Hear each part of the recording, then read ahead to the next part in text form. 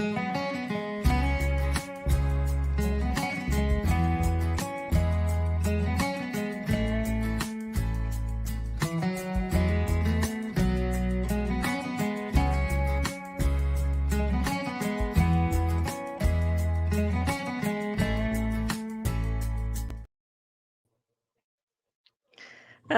everyone. Welcome to All Things Scientology. Claire is being a very big suppressive person today. she went with Mark to a comedy show. So I'm left holding the bag, but I am super happy because I have a very special guest with us tonight, and her name is Christie Collbran Rinder. Welcome, Christie. Hi. I am so happy to have you with us tonight. I'm so happy to be here. Yes. So we're going to go ahead and get into your whole story. And I'm going to ask a lot of questions, and people are going to put a lot of questions in the chat. And so you're going to have a lot coming your way because someone this already is very... said, OMG, she got a mic. She did. She got a mic. I got a mic. And earphones, right? You've got the whole setup now. I got a setup. I'm here. I'm ready. Yeah. Yes. Fantastic. And but what we're going to do first is call out the people who are here from all over the world. And already I saw people say that they were here from Brazil and Sweden and Clearwater, Long Island, and Wisconsin. And look at all this, Westminster, Maryland. And look at all these different places, you guys, Idaho. So Texas, and it keeps going. So I have to look away. Otherwise I'll just continuously. Pennsylvania, Colorado. Anyway, I'm so happy that you're Clearwater, Georgia. Yeah. And Clearwater, Pennsylvania. Yeah. There's Clearwaters in every town, apparently. But anyway, it's a lot of fun. And I thank everybody for being with us tonight. And we're going to start with a week in review. So here we go. A week in review for 13 September 2023. So I did a video on Justice is Served. Danny Masterson gets life without the possibility of parole for 30 years. And this is something that is major news in the Scientology world, major, because justice is served. I mean, how long have we been trying to get any form of justice when Scientology is related? Yes. Yeah, and we like getting a win feels few and far between. So this is an amazing feat, accomplishment, and so needed. So yeah, needed. I mean, what the Jane Does have gone through for decades, with the help of Scientology, dragging it out and making it impossible to get justice. Well, I'm sorry, Scientology, but you didn't win on covering up this crime. And, it has a special significance when you have a similar situation, as a young person getting raped at 14 years old. And then I was told that I was in a lower condition, and that person was never reported to the police. My parents were never even told. And that person ended up going on to be a serial child rapist, unfortunately. And finally, some justice did happen because his brother put him behind bars after he assaulted his 8-year-old daughter. So anyway, that's Scientology covering up crimes instead of seeing that they're reported to the authorities and getting proper action taken. And so well done to the Jane Does for, despite all fair game tactics and everything else, they persisted and they got justice. Yeah, and it wasn't easy. No, definitely not. And it's not over. That's the other thing. It is not over, because now we've got, Scientology, what do they got? 5 cases going on right now. Like there's another one on sex trafficking. There's another one on child labor in Australia. There's, of course, Leah's case. There's the grand jury obstruction of justice because Scientology could not restrain themselves. And, the one covering the stalking of the Jane Does. So, yeah, Scientology's got their hands full. Really? So that was the first video. That was my reaction to some justice taking place. I continue to narrate my book with my added commentary, and I have lots of added commentary and reactions to different things and little inside information of what went on. But I did chapter 8, which it covered New Era of Management, and I did chapter 9, which was Up and Down the Totem Pole. Yeah, lots of up and downs. And the feedback on narrating the book with my added commentary is really super good. And I'll be compiling that into an overall audiobook afterwards. Wow, that's exciting. Yes. Okay, another thing in the weekend review, I did a video with a live stream with Aaron Grady, which is Janice Gillum Grady's daughter, her beautiful daughter, and it was a Christian conversation. I had just found out that she was a Christian, and the likelihood of me becoming a Christian after 27 years in a cult, it was like almost zero. And then she grew up with 2 parents who had been in a cult who finally escaped, and for her to become a Christian was highly unlikely. So that was a fun conversation. I really enjoyed it, and I think that she is just such a beautiful girl. I've known her or woman now, and I've known her for so long. She was such a small little girl, but now she's just a beautiful woman. I have coming up tomorrow night, this is with Becoming Outlaws. It's my friend Ken McMullen, and he is I've been on his channel before, and we're going to do another interview coming up. Former executive over Scientology Celebrity Center. Yeah, it's really going to get reaction on the latest going on in Scientology.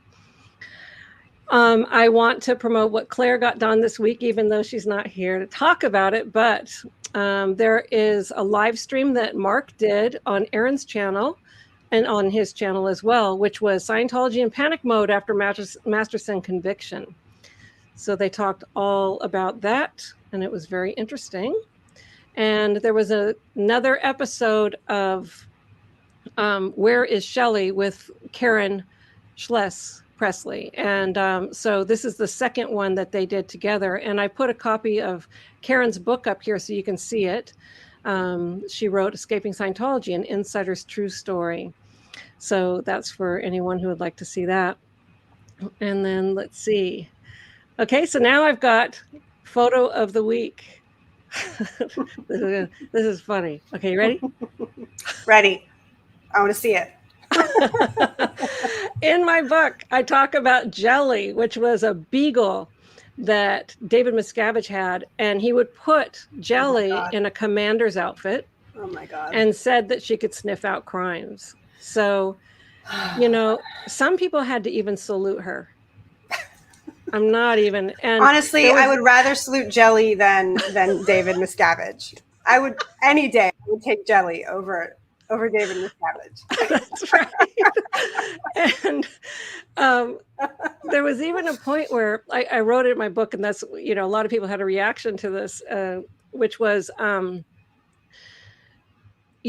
walk into the conference room where David Miscavige is there with Jelly, and she lets out a little bit of a bark. It was kind of like a hello kind of bark, but no, that meant that I had crimes, right? Of course. And I almost started cracking up, and he's like looking at me like, why are you laughing? Because I'm serious, Anyway, so I had to just put little Jelly's face in there, or a dog that looks like Jelly. Okay, and then here's the other thing. Last week, we were talking with Mark Headley, and he said that that the prototype for the new EMeter, the latest version of the EMeter, was the Easy Bake Oven, right? So yes, it looks like it. It looks like it. So I did a side by side. Here you go. Oh my God. Was Scientology's prototype for their EMeter the Easy Bake Oven? Yes. I mean, check that out. Yep. People were commenting, which one's which? Oh, that's so funny. Anyway, yeah, I hadn't seen that picture of the Easy Bake Oven, but boy, does it sure represent it. It does. Okay, so my husband picked the Scientology word of the week. And the word of the week this week is overt. The real world definition of overt is done openly, plain to see. Like her intentions for promotion were overt, or overt, however you want to say it. Scientology's definition is an act of omission or commission which does the most harm to the greatest number of dynamics. Dynamics are your urge to survive through different things, especially the group, which is Scientology. And then the sentence is, reporting internal crimes to police is not only an overt in Scientology, but a high crime.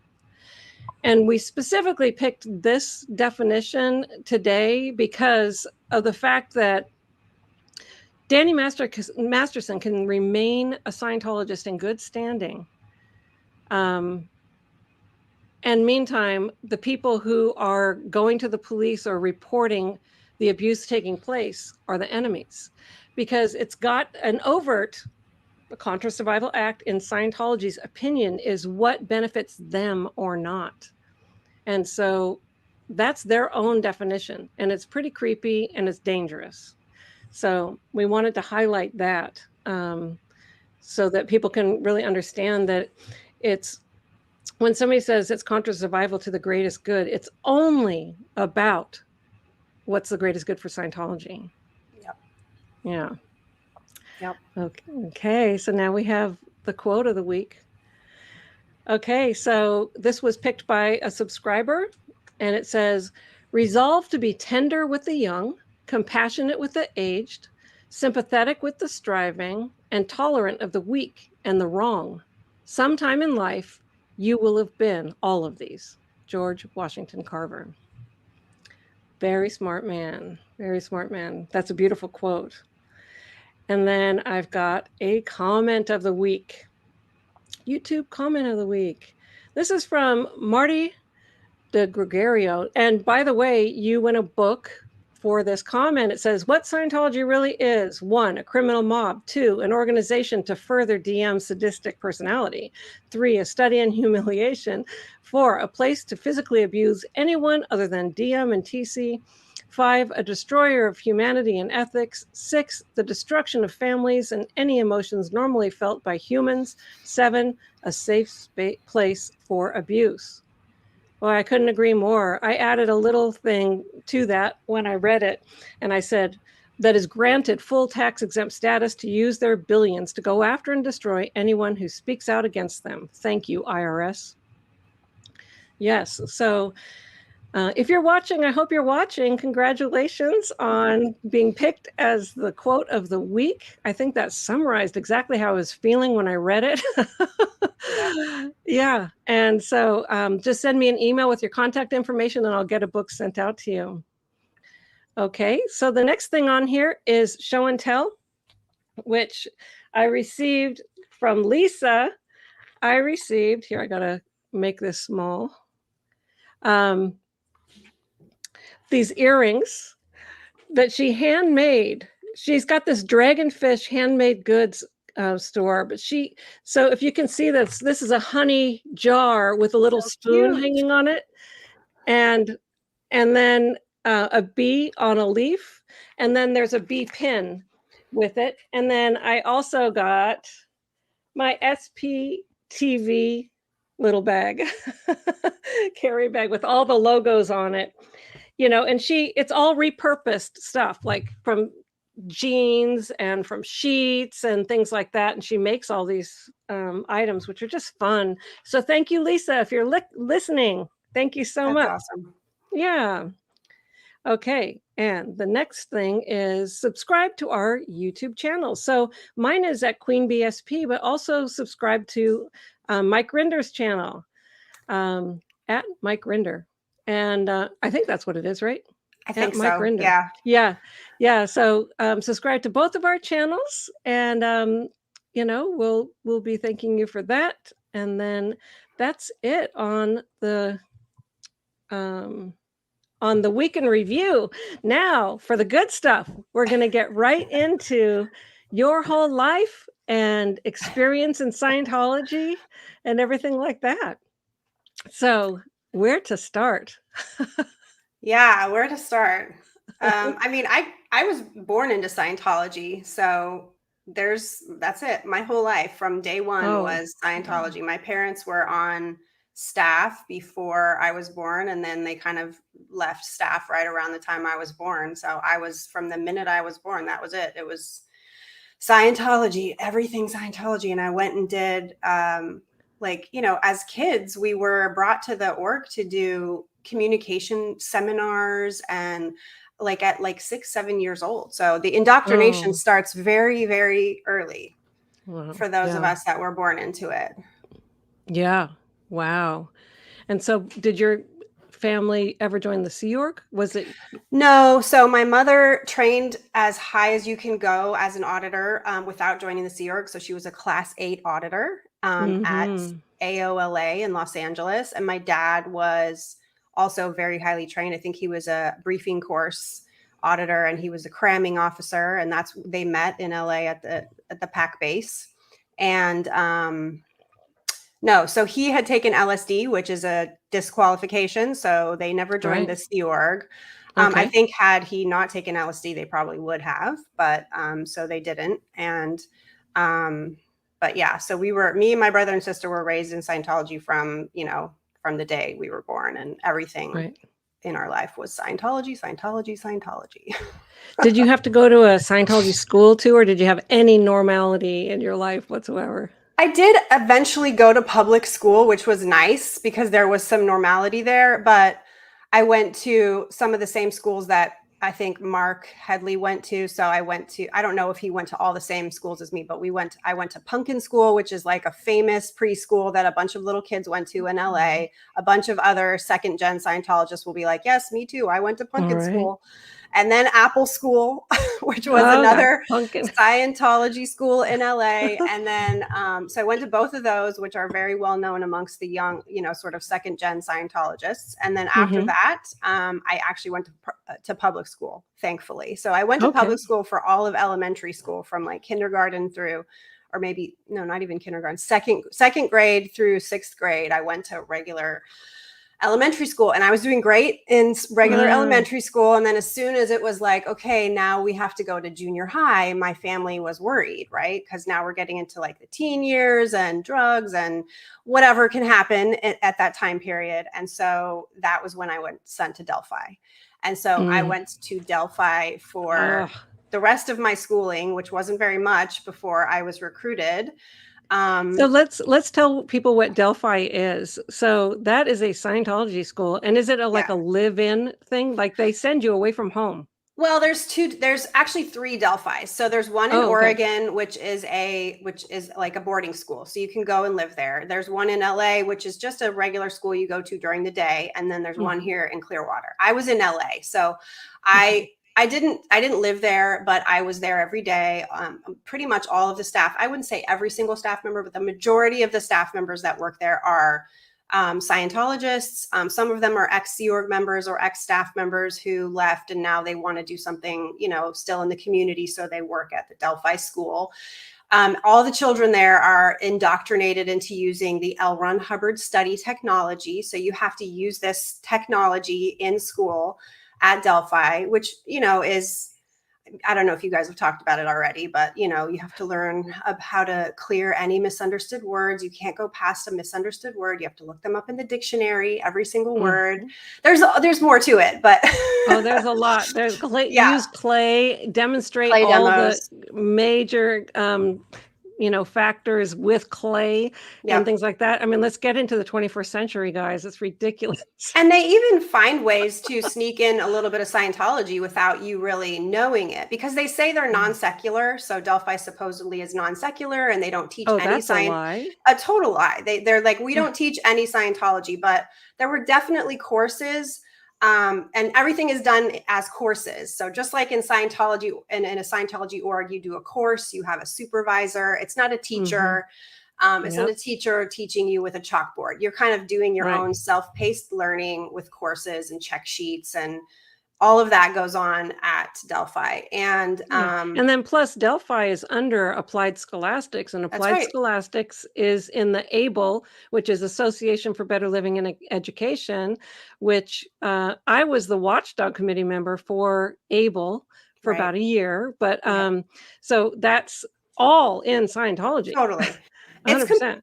It's a Scientology breeding ground for future Sea Org members. Right. It's really, big recruiting pool, huge. Totally. Pool. And I'm trying to remember what some of the courses were, but there was a course we did. I think it was called like the thinking course. So they like changed the names, but it was really logic, and it was the L. Ron Hubbard logic. Like L. Ron Hubbard has written about, how I don't remember what it is, the data series. He's written about the data series, and it's all about logic and conclusions and research. And anyway, so you learn some of this at Delphi. So there are sneaky little courses that they stick in there, which are basically L. Ron Hubbard, his technology and his writings, made to sound like they might be education for the rest of the world, but it's really sneaky Scientology. No, it is, because there were projects that were done to secularize, quote unquote, L. Ron Hubbard's technology so that it can be used in these,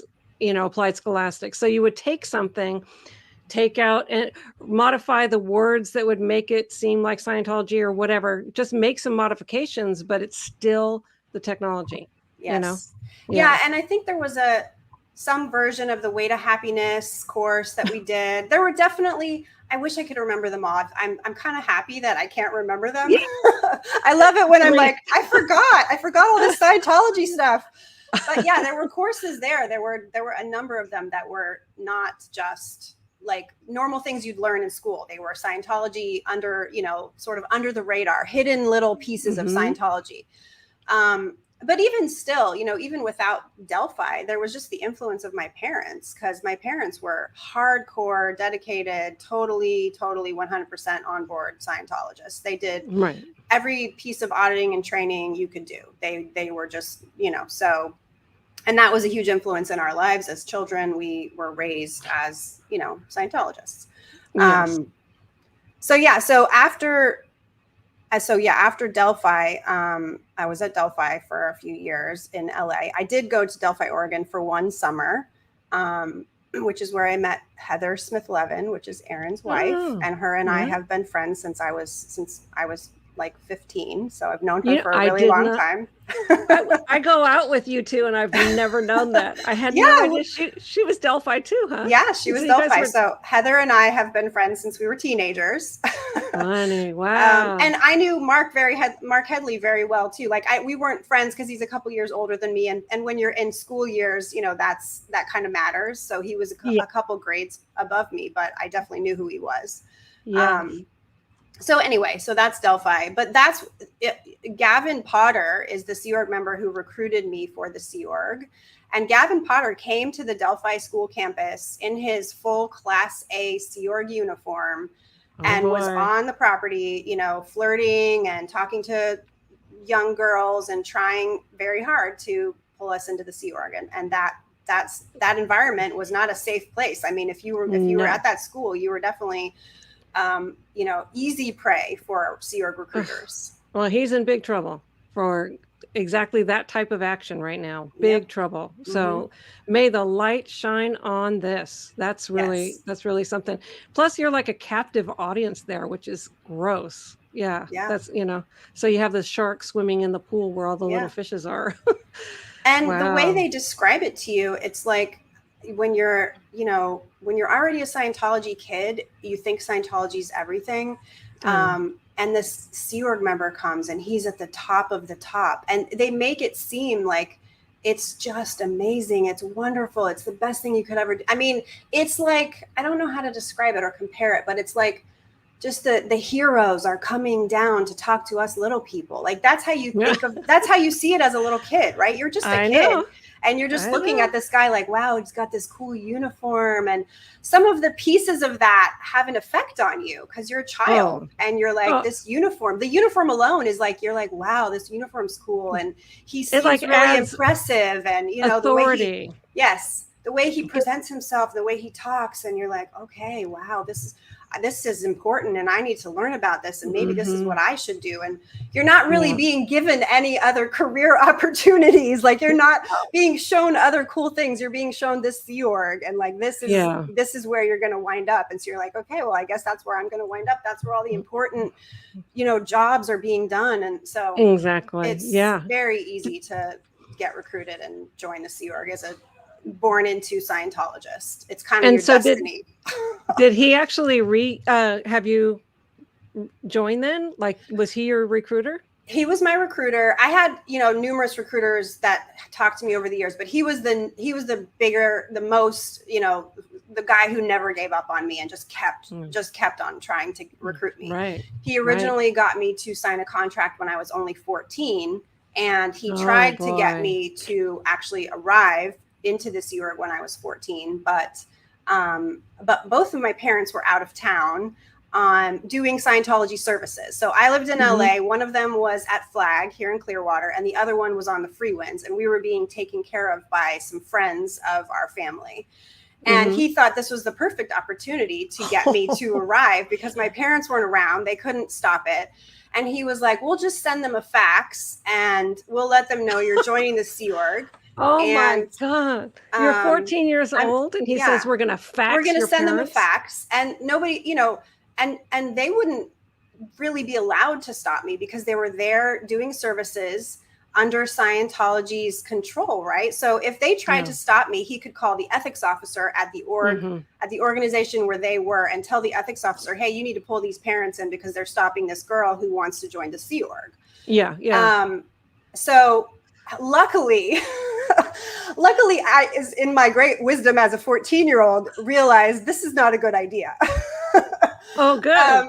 So you can feel it in your bones. I just was like, this is just, he was like Thursday before 2, you know, I don't know if you've talked about that already, but Thursday before 2 p.m. That's when the statistics for the week end every week. So every Sea Org member, every staff member is trying to get whatever they have to get done by 2 p.m. on Thursday so it can count for that week. And he said, I'm going to come pick you up on Thursday morning at like 9 o'clock. I'm going to pick you up. We're going to bring you in Thursday before 2. We're going to get you here. And I was like, I woke up Thursday morning and I was like, and I, you know, and I have a little brother and a little sister. And I'm like, you know, I don't know. This just doesn't feel right. I'm not ready. Like I wasn't saying I'm not going to do this at all, but I was like, I'm not ready to do this today. I'm 14. My parents are out of town. I loved my parents to pieces. They're like, I adored them. I was like, I think I actually had the guts to call them up and say, no, I'm not arriving today. I'm not doing it today. Thank goodness. Thank goodness. But then 2 years later, it was a done deal and I was in the Sea Org. So, yeah. So what happened with that? How did that end up happening and where did you start? So he worked at Bridge Publications, which is the organization that does all the books, printing, sales, marketing, all of that. And then 2 years later, some of my friends had joined the Sea Org that I knew from Delphi, and also a boy that I had sort of had a little fling with at Delphi. His name was Colby. He joined the Sea Org as well, and so the stars were aligning. Yeah, and so then Colby and Gavin both came to see me, and were like, "Okay, you know, you signed your contract 2 years ago. You didn't want to arrive. Maybe now is the right time," and just put a lot of pressure on me, and I did it. I was like, "Okay, well, maybe now's the time. Now I'm a little older. Now I'm 16. Yeah, you know, and." Like I said, it was super young. It's so still young to make such a life decision, and your parents were fine on it. My mother was actually very much not all about this. She did not like this. Is that right? Yeah, she did not. But my dad handled her. He just, So, yeah. And I was going to say something and I lost my train of thought. What was it? Anyway. So 16. Yeah. So by this 16. time, that's what I was going to say. My son is 16 right now. My little baby Shane Oh my God. I At can't even 16. picture it. And there is no way in hell that he is the little male version of me at that age. It should be in a Sea Org, should be leaving home and joining a cult for their entire life, signing a billion-year contract to do this for the rest of eternity. And at that time, you were making a decision also that you weren't going to have children. You were making the decision because at that time you were basically told Sea Org members don't have children, and if you have children, you're going to get kicked out, and you're joining, so you're saying, I'm not going to have children. And then you can't make that choice at 16. That's ridiculous. It's disgusting. It's so, I mean, for anyone who doesn't know, like I joined at 16. Yes, we have that in common. Yes. Yeah, we both joined at 16, and my mom, was forced, like your parents, you're going to get in trouble if you don't sign away your child to Scientology, because it's the greatest good for Scientology, and Scientology is the only salvation for mankind. So cough her up.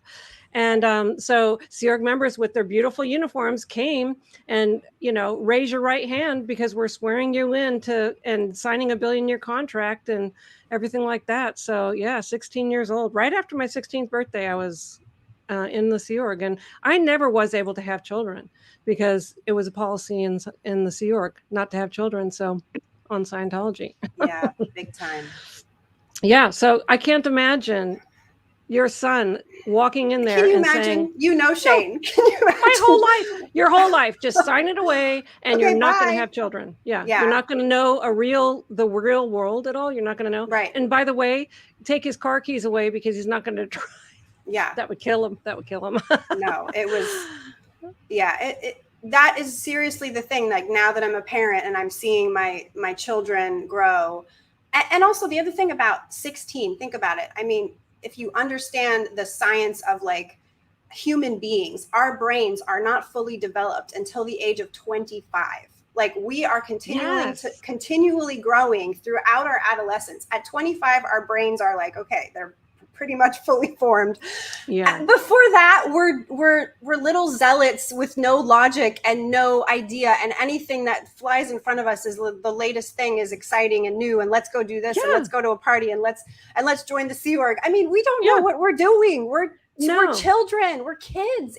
That's right. It's such a crime to me that kids are being recruited. Like, that is just so infuriating. And I just can't ever imagine my own children, like, now that I'm a parent, letting them do that. I would just, there was nothing in the world that would make me let them do that. So here's the thing that's so important, is that we're talking about this so that people can get educated on it, because they need to know that not that a lot of people would, but like sometimes Scientologists look at our videos and under the radar, and they need to know, look, when you get in there, okay, as a 16-year-old, for example, I was sent to Europe by myself. And then I traveled around Europe, and I didn't know currency. I didn't know customs. I didn't know anything. Right. And I'm by myself, a 16-year-old girl traveling, getting lost in Paris, and some guy picking me up and driving me all around the city, total stranger, and trying to get me to, it was just ridiculous. And so that's what happens. They're so irresponsible. And I think I did the RPF 2 or 3 times by the time I turned 25 years old. So my brain wasn't developed, but I'd been around the block. Yeah. I mean, teenagers, especially, I just think teenagers young people are young. They're learning. They're not ready to make a decision to sign a billion-year contract. Nobody should ever, but anyway, so. Yeah. So anyway, it's good education to let people know, just like really, protect your children. Because sending them into Scientology, they'll be eaten alive. And I was 16 years old when I was sent to the RPF the first time. And the RPF is the Rehabilitation Project Force. It's Scientology's slave labor camp. And I have nightmares about that still to this day. So anyway, okay. So you signed, and you were 16 now, right? You signed up 16, for your bill. I joined the Sea Org. I joined with my best friend, Nicole, who I knew since I was 12. We joined together on the same day. We did the EPF together. We were like all excited and super sad that Nicole is still there, and I like lost her too. She's still at Bridge too. Like I moved around and went all kinds of places and did all kinds of things in the Sea Org, and she's still at Bridge. Well, last I knew she was still at Bridge. Yeah. Nicole, she's Nicole Toffer. She's married to, what's his name? Can't think of it, but anyway.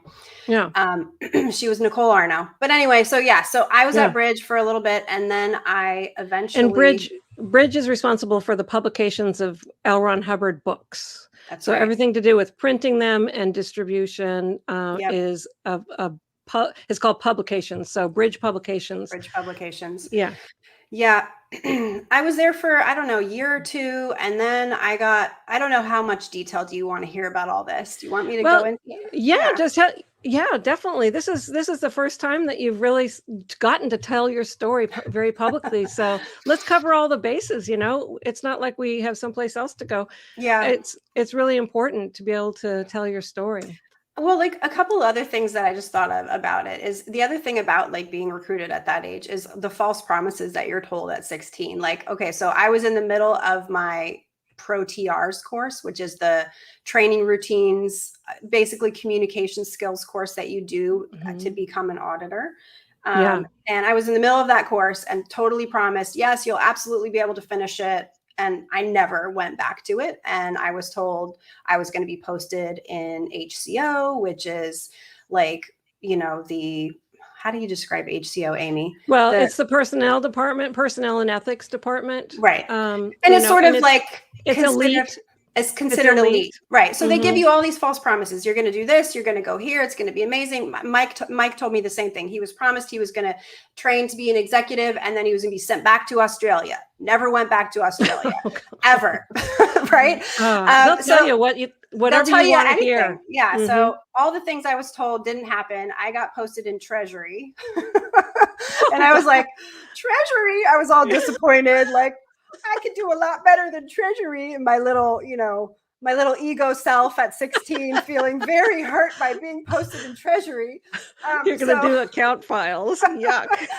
But I did well in Treasury, and I was there for, a couple years. And then I got recruited to go into CMO. So the Commodore's Messenger Org International Extension Unit, which you later were in. Anyway, so I was still in LA. I got put into CMO briefly. Some of this, I feel like it's going to be down too much into the weeds, but I wouldn't worry about it. Yeah. I stayed there for a little bit, and then, then I got busted. Then I went back. They put me back on the EPF.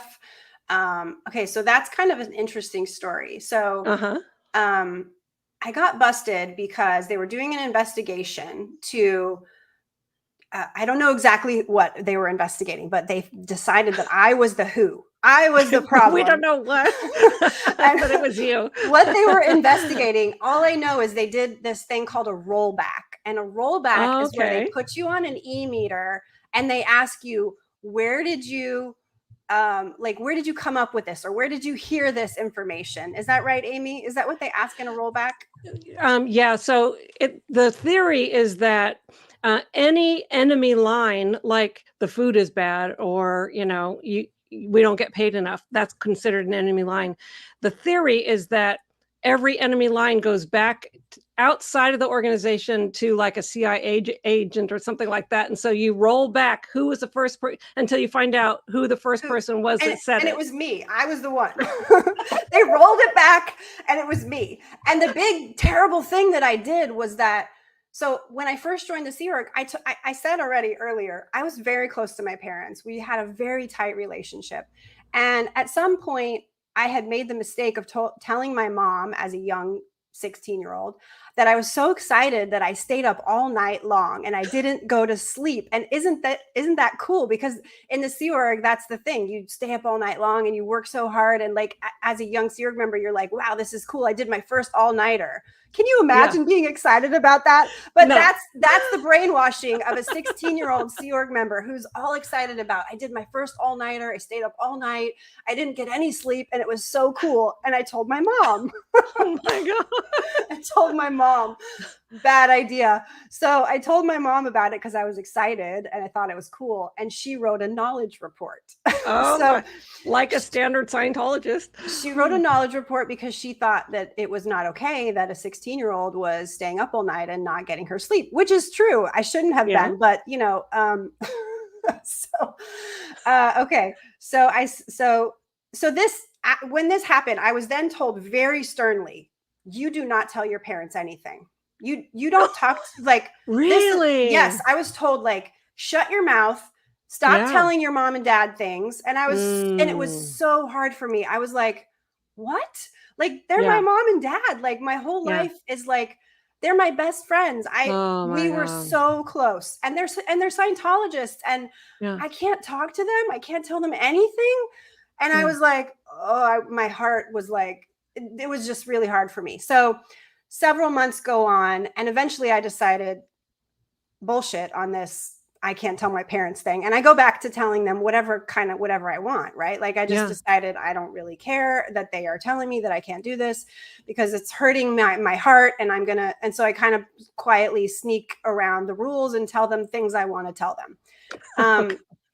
And so then another person in the Sea Org named Vanessa was, apparently I had told her this, that I was free in my communication with my parents, and she got the idea that she could be free in her communication with her mother and started telling her mother things, and it resulted in who knows what. She told her mother something that she wasn't supposed to, and when they rolled it back, it came back to me. I was the source of this big problem where young girls this year were wildly telling their parents things that they weren't supposed to tell them. So anyway. It's a good point. It's a good point, because severing your line with your family is really important in the Sea Org, because you don't want an outside influence, even though they consider themselves Scientologists or whatever. You want no outside influence into the operations of the Sea Org. So, and so you were the who. I was the who because I had a big mouth and I wanted to, and I loved my parents and I wanted to talk to them. So this was my horrible crime. You bad person. Oh my God. I was busted off of my post. You got busted for I got completely busted off of my post, and I didn't go to the RPF. Thankfully, I went to the EPF, which is not as bad, but it's still not. It's still like, you're busted. You're on a post, and now you're not on a post. And you do deck work, physical labor, and you basically have to go back to the basic training to learn how to be a Sea Org member again before you're let back in to complete the, you complete the EPF. It's the Estates Project Force. Mm-hmm. So I was busted for talking, having a big mouth, and and then your parents. Yeah. And then let's see. And then I went back and became an MAA at ITO, which is the International Training Org, where they train the outer org trainees. So all an MAA is a Master at Arms, which is the ethics. It's person responsible for ethics in the organization. Mm-hmm. Right. So I became an ethics officer there, which I didn't deal with the Sea Org members, though. I dealt with the outer org trainees. So those are the people that are coming from the Class 5 orgs. So like your local Tampa org and your local whatever LA org sends trainees to this international training org where they get trained on administrative technology of Scientology. Yeah. So there's all these trainees there doing different, courses, and I was the MAA at the time. And that lasted for a few months. And then that was where I was doing fine there. Things were going okay. That was where I got selected to be part of the command teams that you and I were both a part of. Yes. I had just done the chapter on a new era of management on my channel. So if anyone wants to check that out, they can. But that was chapter 8, a new era of management. And Christie played a major role in the new command teams that are firing out. And I want to show you a picture of that, everyone. You can see these are the command team members that were part of the whole command team evolution. And you can see me kind of in the center there with the red around it, and then Christie down there in the first row all the way far right with the red around it too. So look how young you look there. I was 19 in that picture. I'm sure I'm the youngest one. Yeah. Or yeah, maybe not, but close to. Yeah, you probably were the youngest one there, maybe. Mm-hmm. But you were squeaky clean qualified, so I got you approved to be on the command team. Then what happened? You came up lines. I got to go up to the international base, and I was there for probably 3 to 4 or 5 months. I don't remember when. Yeah. Maybe I was definitely there over like Halloween, Thanksgiving, Christmas. So it was longer because we didn't leave until March. So yeah, I was probably there 6 months or so. Yeah. And that was definitely interesting because that was where I really, for sure, having never been there and not ever, I was never posted there. I was just there as a trainee. But I got to see it. I got to see what you and Mike and Claire and Mark all know and all talk about. Yes. I got to see it from sort of an outsider's perspective because I wasn't posted there. I was just there as a visitor. And so I was sort of in some ways kind of protected because I wasn't producing on a job. I was just there training, learning, getting ready to be fired out on the team.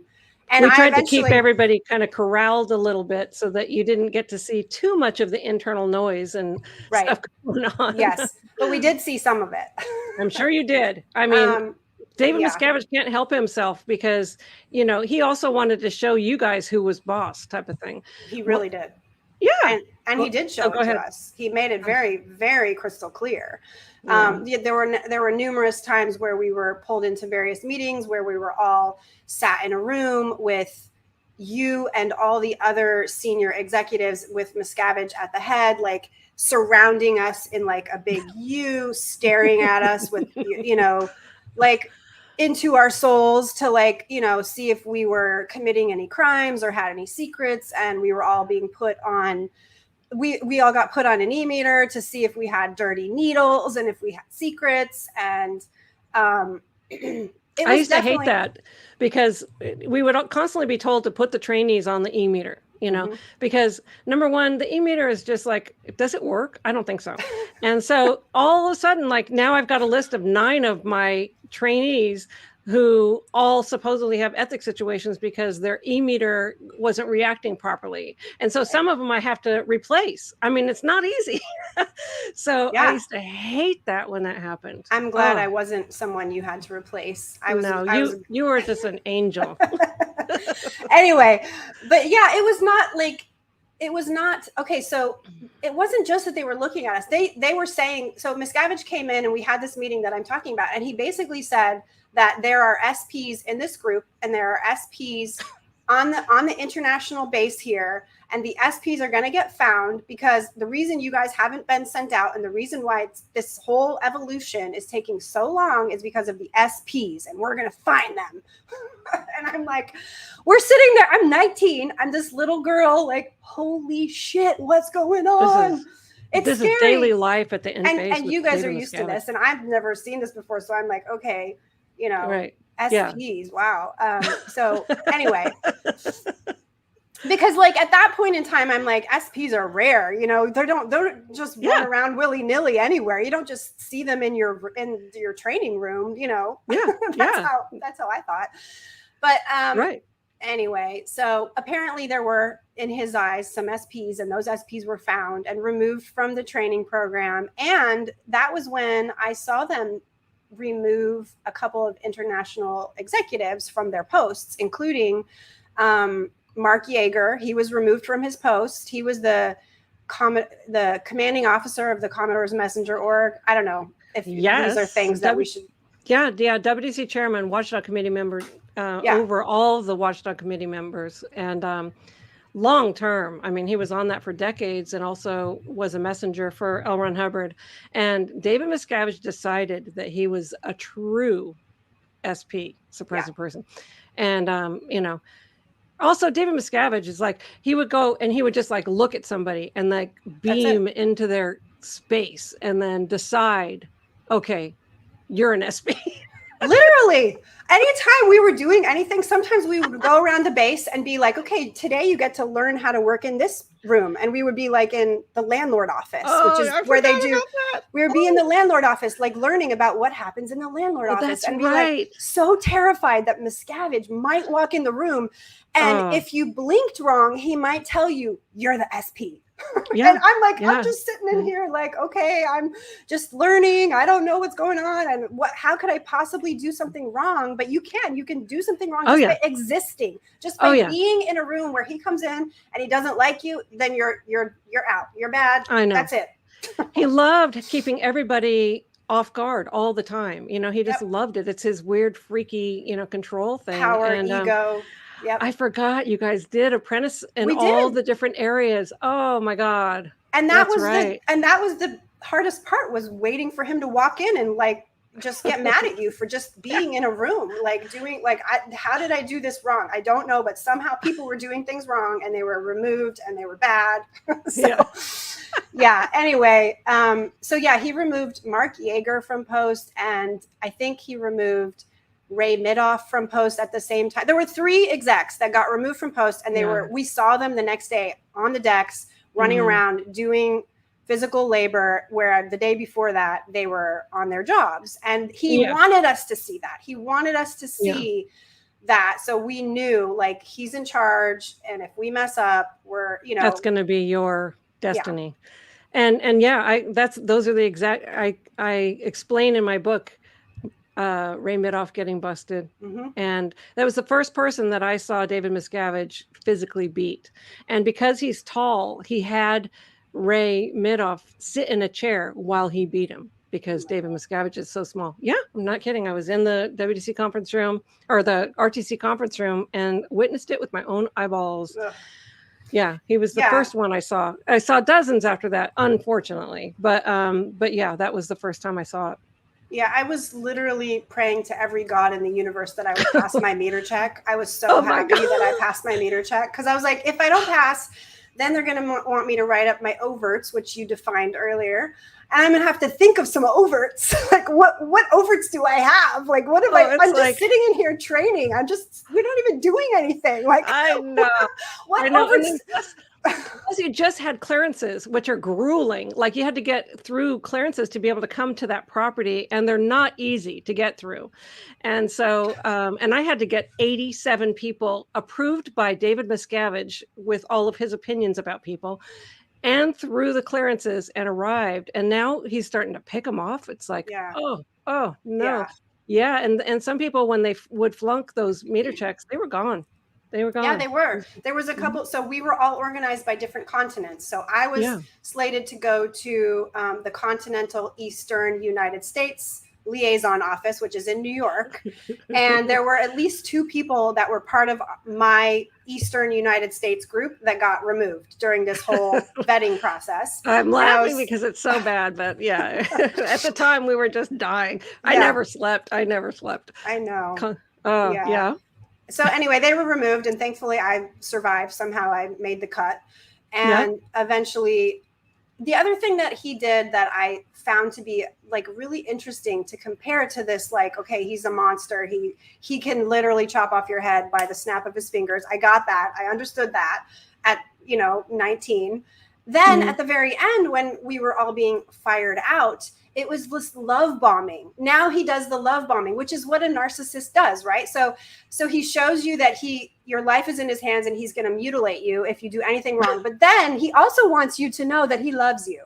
So in this fake way. So at the very end, when we got fired out, they did this huge goodbye, and we were all put in buses, and we were driven through the property with all the Sea Org members of the entire international base waving goodbye, we love you. And it was this big love bomb. He personally shook every single one of us. He shook our hands personally.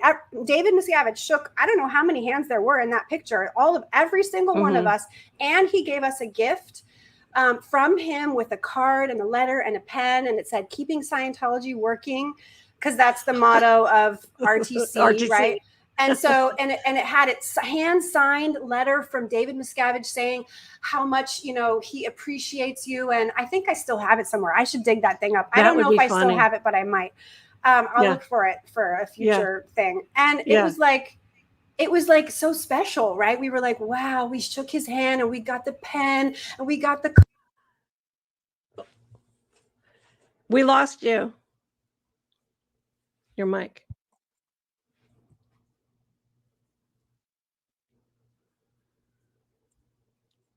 Hold on, everyone, while we figure out her mic. I don't think it's my mic.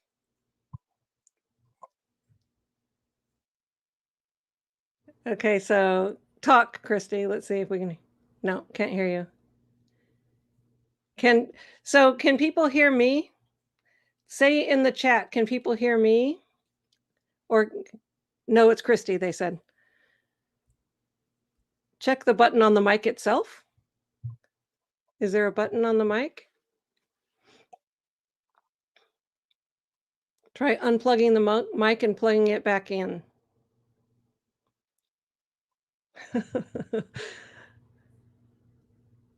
She hit her mic, yeah, and it muted herself. It seems like there's a mute button on. I don't know if she can even hear me, though. Not working yet. Am I back now? Yes. I'm sorry. Yes. Oh, that's okay. We figured it out.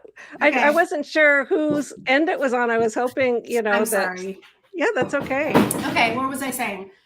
He was love bombing us. Yes. And that's him. Like, he would make it so that nobody slept for a week straight and then write an issue like, it's been found that the basics have been completely, sabotaged, and therefore, as of today, you are to all go on study and all go to sleep, and everyone thinks, oh, he's saving the day. No, he destroyed the day. Don't you remember? Can't you think back one day? Yes. Yeah. And the love bombing was effective because you were you felt special. You felt like there's only so many. Oh, here's the other thing he did. Yeah. I've told you this. We've talked about this. Remember, I'm 19. I've been in the Sea Org for 2.5 years because I joined when I was 16, but I turned 17 very shortly thereafter. So I've been in the Sea Org 2.5 years or so. I've hardly done anything. And is my mic still working? Are people worried? Okay. No, it's all good. Okay. It works.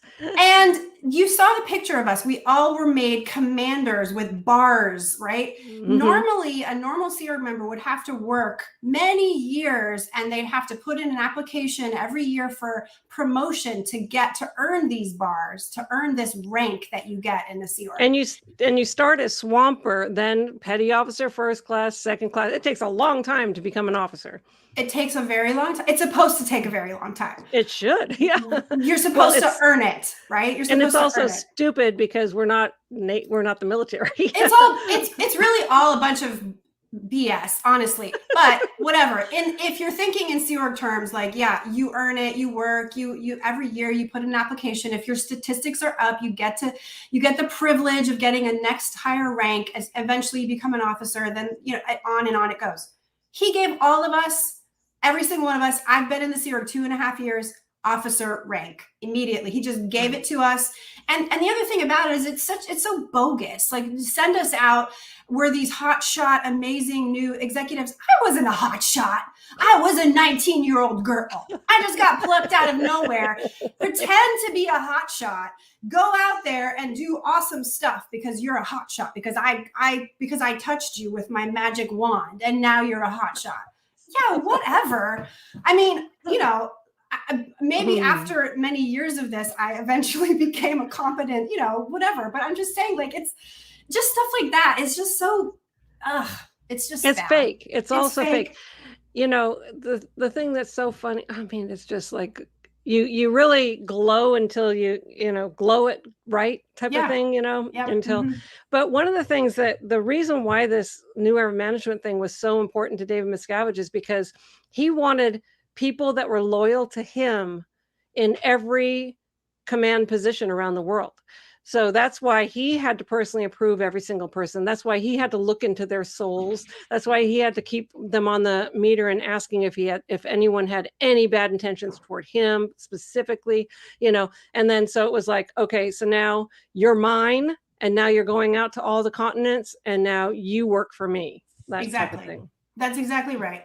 Mm-hmm. And yeah, you definitely were. You felt like, okay, you have to measure up and you have to report back. And he wanted that to be the feeling that we all had. Like we belong to him and we're his team and we're there representing him and blah, blah, blah. I just gave a blah, blah, blah. So there you go. That's from Mike. In honor blah, of blah, Mike. Blah. Yes. Yeah.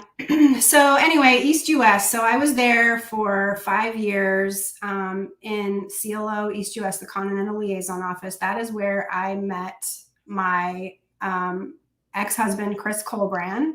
We got married. That's where the Collbran comes from, from my ex-husband.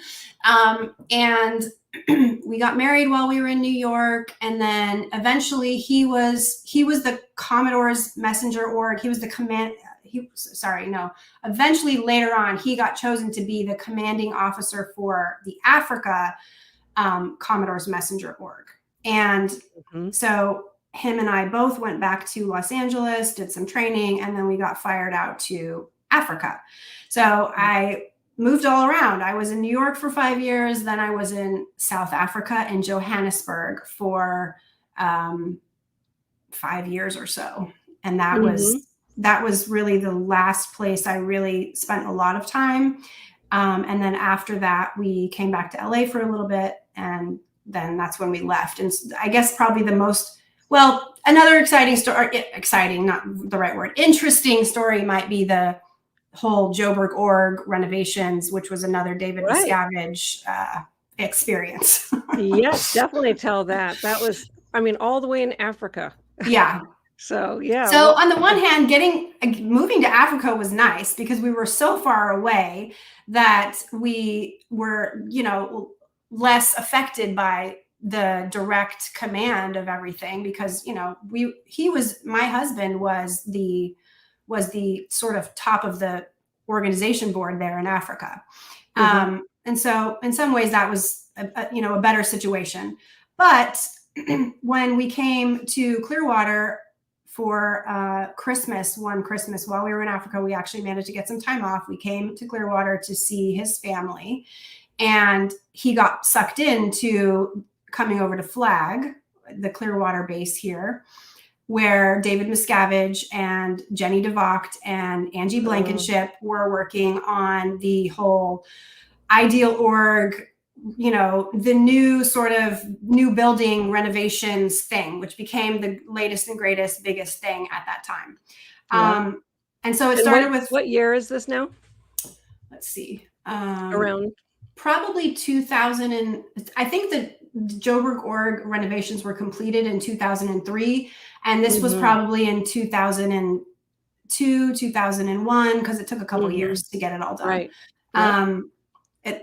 My dates could be off. That's what I'm remembering right now. But so okay, so he got sucked into that. He was here for a little bit. He stayed. I had to go back. Our time was up, and I had to go back. And he was made to stay here for a little longer to do all the space planning for the new Joburg org renovations. And then when he came back to Africa, everything changed. We were basically on a daily report line to David Miscavige for the renovations of Joburg org. And it became a very big, important project that had to get done as quickly as possible. And that's sort of when the insanity started and when I really saw how crazy the sort of, the Sea Org was becoming then, because it was obviously crazy at the top and we would see bits and pieces of it, but now the bits and pieces really rolled all the way down to Africa. Yeah. Those years. So I, at that time, and sent to the Rehabilitation Project Force in Florida. So I spent 2 years there. That's when they locked down the hole at the INT base. And Jenny DeVocht and Angie Blankenship and David Miscavige were doing this stupid ideal org thing. So you were in the midst of that, even though you were in Africa, you could feel that, Oh yeah, it was crazy. Like we weren't sleeping. We were working day and night, 24/7 to get these renovations done. And I mean, that is when I personally experienced the whole lack of sleep thing that all of you guys were already experiencing at the international base. Now it was rolling all the way down there because of the pressure that we were under, and the daily report line where we had to send a report every day to like what our progress is and are we making progress to get these renovations done, and the fundraising and the stress, and it was insane. It was just absolute insanity. And Chris being sort of he's my ex-husband, he sort of was in charge of it, was under the most pressure, and he was sort of pushing down onto us what was being pushed onto him. So he was a total dickhead. He was a total asshole. I don't feel that way about him now, but you know, he would tell you that, you know, he would say to us, if he was here, I was, he was mean, and he was hard on us because they were hard on him. And it was just, that's what I'm trying to say. Like, it was just rolling down the nastiness, from Miscavige to Jenny to Angie to Chris to me, all the way down to, you know what I mean? And yes, it was just horrible. That was a horrible time period where we were so stressed out. We were and that project was just, it was awful. So eventually it got done. The org was fully renovated. It was opened. Miscavige came with his entourage to Africa to the grand opening. He came and he tells the IRS, "Oh no, I don't do anything personally." I know, he came. You know, I'm not involved in management because he's not supposed to be. But yeah, and he says that he's not, but dictates every little teeny thing, including flying out to Africa. Yeah. So what happened? Were you there when he arrived? Oh yeah, I was there, and he toured around and he loved it. He was very happy with the org, with the renovations. But again, it was right into the, like, you know, every single person terrified of, like, okay, if you blink, if you do this, we knew, like, you just know, like, you can do one tiny little thing wrong and you're dead. So tell me about it. Yeah, so we all knew that's what it was like. He came, and some of the stuff that was just gross when I think back on it, like, he also was there for the public and tons of public. Because I mean, before then and whenever again is he going to come to Africa? Probably never. So he did like something, I can't remember when, where he met with the public, and the public came and met him and shook his hand and got their picture taken. And like after that, people had pictures on their mantles in the community of Joburg with a picture of them with David Miscavige. Like, so gross. It just makes me want to throw up just thinking about it. For real. Anyway, but yeah, so he was a big celebrity, you know, and you could see him enjoying it. You could see him enjoying the, like, I'm coming to Africa. I'm David Miscavige. I'm never going to come back here again. Let's use this to let me build, you know, fill my ego up even more, so pump it up even bigger. Yeah. So that was just gross. But anyway. Yes. Like this is Jeff Hawkins. Hi, my friend. He says Miscavige wants people to be terrified of him. Very, very true. Very, very much so. Yep. Yep. Oh man. Yeah. So, but that whole thing was sort of the thing that sort of started the end for me and Chris, because that experience, that Joburg org pressure, being so connected to David Miscavige's, you know, wrath through the line that we were on, is really what kind of started the beginning of the end for us. Shortly after the org, we did the grand opening. I was on projects, constantly working in the org to help the org grow. And there's a thing in Scientology, the birthday game, which is every year, all the orgs all across the world are trying to get the highest stats, the best statistics they can get for LRH's birthday on March 13th. And they play against each other. And it's a game they play to be the best. And Joburg org was very much playing the birthday game and trying to be the best. And they basically were the best, and they should have won the birthday game. But Miscavige likes to hand out the awards to whoever he wants to hand them out to. So that year, instead of giving Joburg org the birthday game win, he gave Joburg org a St. Hill size trophy, which is another accomplishment that the orgs are trying to get, which is to say that they've reached St. Hill size, which is the size that St. Hill was apparently when L. Ron Hubbard was there. And he gave the birthday game win to Milano org, and the org was devastated over this. They were happy that they were, told they were St. Hill size, but they were like, the staff members could see the bullshit, right? The staff members at Joburg org could see the bullshit. They were like, okay, we just won the birthday game. We saw it. We saw the stats. We knew that we knew that we were the top. But Milano org is also a really big favorite org of David Miscavige. So he gave them the birthday game win, and he gave us the St. Hill size trophy instead. Right. And it was just like shit like that I saw. I was like, okay, it's his world. He can do whatever he wants. There's no rhyme or reason to it. He probably wanted to go to Italy or something stupid like that, Yeah. He wanted to butter up the ED of the Milano org and keep her happy because she makes a lot of money for him or whatever. Yeah. Do you know what I mean? Yeah, and like, and he wanted to show the world that we're booming and everything's great, even though we're not. So we'll give these guys an award and these guys an award, and it looks better that way, right? That's right. So things like that were happening, and it was like we could start to see the bullshit and see the fakeness of all of it. It was just like, it's not real. This stuff is just not real. Yeah. And then Chris got called to go to the free wins with all of the other COs, commanding officers for all of the Continental Commodore's Messenger orgs in the world. And they all went to the free wins to meet with Dave. And Chris went, and Dave wasn't there. And it was like this whole rigmarole where he was like, he was there, he ordered them there, but now we have to go to the INT base. And he was just a dickhead. Like, he ordered them to be there, so they all get there. He's not there. Stupid ridiculousness that he does. And while he was on the free wins, he saw other execs like Mike Rinder and, other people that were top execs being treated like SPs. He saw basically some of the hole that was going on happening. Good.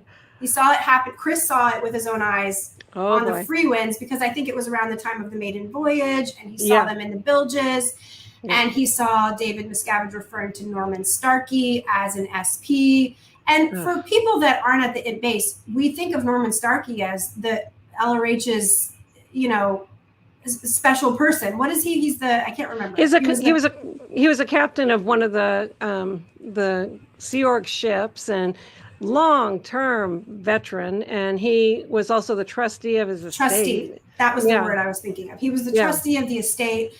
And we're thinking, like, this is a really important guy. And David Miscavige is he's an SP. This one's an SP. That one's an SP. And Chris was basically brought there and told that he had been chosen to become WDC something. WDC Scientology. Oh, really? Yeah. Oh, my God. So my husband at the time is like, okay, you've been chosen. You're going to get moved up to WDC. And he sees how WDC is treated. He sees Mike in the hole. He sees Norman Starkey. He sees these other top execs being treated like shit. And when he comes back from that trip, he wants to leave the Sea Org. Oh my God. He tells nobody except me. He's like, I'm done. I want to leave. I don't want to do this anymore. Yeah. And I'm like totally shocked. I'm like, you just went to the international base. Like, this is and now you want to leave? Like, it just wasn't what I was like, holy shit. So, So he went from the ship to the INT base. He went from the ship, he went to the INT base, and then he came back to Africa. And he came back to Africa because it was like, you were chosen for this. We're not doing it right now. We're not doing it today. But just so you know, you were chosen for this, and we're going to get our ducks in a row, and you're going to get through your clearances, and you're eventually going to be moving up. And he obviously needed people to move up because he was throwing everyone into the garbage and into the hole and getting rid of everyone. So he's looking for people to pull up. So young people like Chris and I were younger, to pull up, and people that would listen to him and be his new robots. Yeah, now that was Chris's first time to the INT base, wouldn't it? First time. Because I was going to say he wasn't on the original command teams. No, he was not. So his first time made a good impression. I can see that. I'm honestly grateful for how everything played out, because I might still be in the Sea Org were it not for Chris. Like, Chris had a good influence on me in many ways. So anyway, so Chris came back wanting to leave the Sea Org. he kind of was flapping around with just talking to me, not telling anyone else. Yeah. And I didn't know what to do. I was like, I was still of the mindset of like, well, we got to handle him. We got to fix him. We got to change his mind. Because I was still, you know, being a good girl and all this. Yeah. So eventually I was like, okay, so maybe we should get him in session. We should, you know, get him some auditing and see it. Because he was also telling me other things. He was like, I think I'm suicidal, and I think this, and I think that. I think some of it he was just kind of, some of it I think he was also, you know, maybe some of it was true, but maybe some of it was just whatever he could create to like, I gotta get out of there. I gotta get out of here. Yeah. Like you'll come up with anything. You will. Really. You'll come up with. So some of it was that he was telling me these things, and I was like, oh, geez, Louise. Okay, what are we going to do with you? How are we going to fix you? That was my mindset. We got to fix this. And really, what I should have done, if I was being a truly good seer member, is reported it to our seniors, because he was the top of the org board where we were, and no one locally really should know this. But instead, I told the CS, and the CS was a class 5 staff member, because we're out in Africa. We didn't have auditors and CSs. The case supervisor is the person who supervises your auditing. And our case supervisor was a staff member at a class 5 org. So really it was very inappropriate out there in Africa. Totally inappropriate. Totally not the way it should be, because we didn't have our own auditors. We didn't have our own CS. So any auditing we got done was under these people that were part of Joburg org. So instead of telling his senior, who I should have told, I went and told the CS. Secretly, I was like, I don't want them to know, because they're going to yank him. As soon as I tell them that he's not doing well, they're going to yank him, and I'm not going to have any idea what's going to happen to him. I'm just going to be stuck here waiting, not knowing. So I did my own handling. I told the CS, and she was like, okay, we have to, there's a word, here's another word. We have to destimulate him. We have to get him destimulated, which means we have to get him like calm down, relaxed, like take the stress off so that he can like start to think properly. And we have to do that first, because he's very upset right now. And then after that, we can put him in session and do some auditing and figure out what's going on. Yeah. So, this is all like I'm totally off the rails doing this stuff. Like I am totally on my own thing, like not telling anybody that my husband, who's the top of the top here, is wants to leave, because I'm like, we're going to fix him. We're going to change his mind. It's going to be fine. We're going to be fine. No one needs to know. Handle and report. That's a policy in Scientology. If you handle it, then you can do a report after, right? So I'm thinking, it's okay. I got handle and report on my side, which is totally not correct. I was totally off the rails. But I was trying to fix it. So in order to do this destimulation, she suggested that we leave our posts, we drive into the forest, and oh my God, this is just hysterical thinking about this now. She let us go stay at her family's private cabin in the woods, like 3 or 4 hours away. And we're going to stay there for a couple days, and we're going to calm down, and we're going to be okay. And once we're sleep. Get some sleep, and it's going to be fine. And I'm like, this sounds great. We're going to go on a little vacation. We're going to get away. I'm going to tell Alex, who is the deputy commanding officer, Alex Faust, I'm going to tell him that we're doing this, and I'm going to tell him, do not tell anyone else. This is our little secret. I am going to take Chris, and I'm going to fix him, and it's going to be fine, and nobody has to know that I'm doing this. Of course, Alex, I thought Alex was on my side. I thought he was going to keep our secret a secret. And he did keep it a secret for like 2 days. And then on like maybe one or 2 nights, then on like the second day, we hear this bang, bang, bang, bang, bang on the door. And I'm like, oh shit, we're fucking screwed.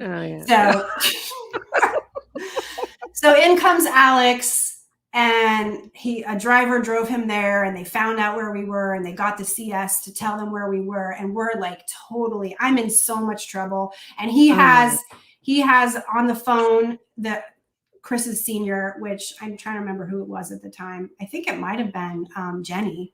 I don't know, whoever the DCO cons is, Jenny DeVocht. And she's like, that little cunt, Christie, she's trying to sabotage us. And she's like, they basically blamed me and said that I was trying to sabotage Chris, because Chris is their little angel baby that did this wonderful thing in Africa, and I'm trying to sabotage him. Yeah. And I was like, I am not trying to sabotage him. I'm trying to fix him so we can all stay here in our happy little Africa space away from you crazy people where we're all happy and doing fine and we don't have to be with you. But he was immediately taken to the airport and put on a plane and flown to Los Angeles. No, he was not. Literally. He was taken away and sent to the United States. Yeah. Like, I think they maybe went back to the birthing and got like one little bag. And I was sent back to be on physical labor. I was immediately like in trouble. I was totally busted. I was in so much trouble. And I was like, my handle and report plan did not work out. Did not work. You were trying to take responsibility for the situation. That's so stupid. So anyway, so he got brought to Los Angeles. He was immediately put on to sec checking. He was not just put on to regular sec checking. He was put on to FPRD style sec checking, which is where they're like going into your past lives, looking for your evil purposes, trying to like get to the bottom of why, and they were trying to handle him because he had a lot of knowledge and had sort of been so close to Miscavige on this project, on this Joburg Org project. And he had done all the space planning at Clearwater, and they felt like he was really close to this project and they just didn't want him to leave. Yeah. So they started sec checking him for months and months and months. I was back in Africa, exactly like I thought, getting no information, having very little news about what was going on with him. And I would hate that. You're in Africa and you have no idea what's happening with your husband in the United States that they took away, and they're blaming you for his state of mind. Yeah. I'm to blame. It's my fault. And I didn't handle it. And I tried to sneak away and do the secret handling. And anyway, so I'm in like lower conditions. So I'm in the doghouse. I'm and they don't really care about me. They just want to fix him. But after getting weeks and weeks of no information, I kind of thought, okay, maybe maybe he wants to leave still because they haven't handled him. And I keep going. Has he changed his mind yet? Has he changed his mind?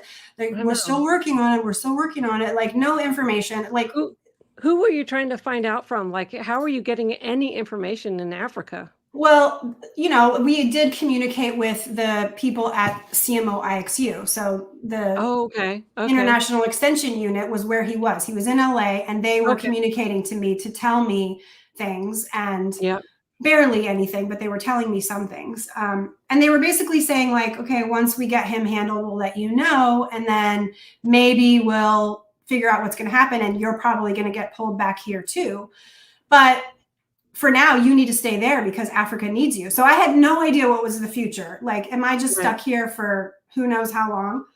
Mm-hmm. So that was going on. And I assumed that he probably wanted to leave still and was not getting handled and was not going to change his mind. And because they never told me that they handled him, and it was just weeks and weeks. So then I decided, I think that the best thing for me to do is to let them know that I want to leave too. So, oh God, brave. You're brave because already you're a target. So well, at that point I was like, I'm not staying here by myself. So if he is leaving the Sea Org and they're not handling him, I'm leaving the Sea Org too. I did not want to be in the Sea Org without him. I was like, I'm not staying. And I especially did not want to be in the Sea Org in Africa, where I probably would never get replaced and never come back to my home country where my family and my friends, and like, I just thought I would just be stuck there forever. Yeah. How would you pay for it? It's just ridiculous. Plus they compensate your passports and all that kind of stuff. And the thing that I haven't really explained about what I did, like, you guys were all at the international base, and there's a certain level, there's a certain degree of hell in being at the international base. There's another very hellish thing about being in a continental office, and the continental offices are broke. They have no money. All the money goes up to the international base.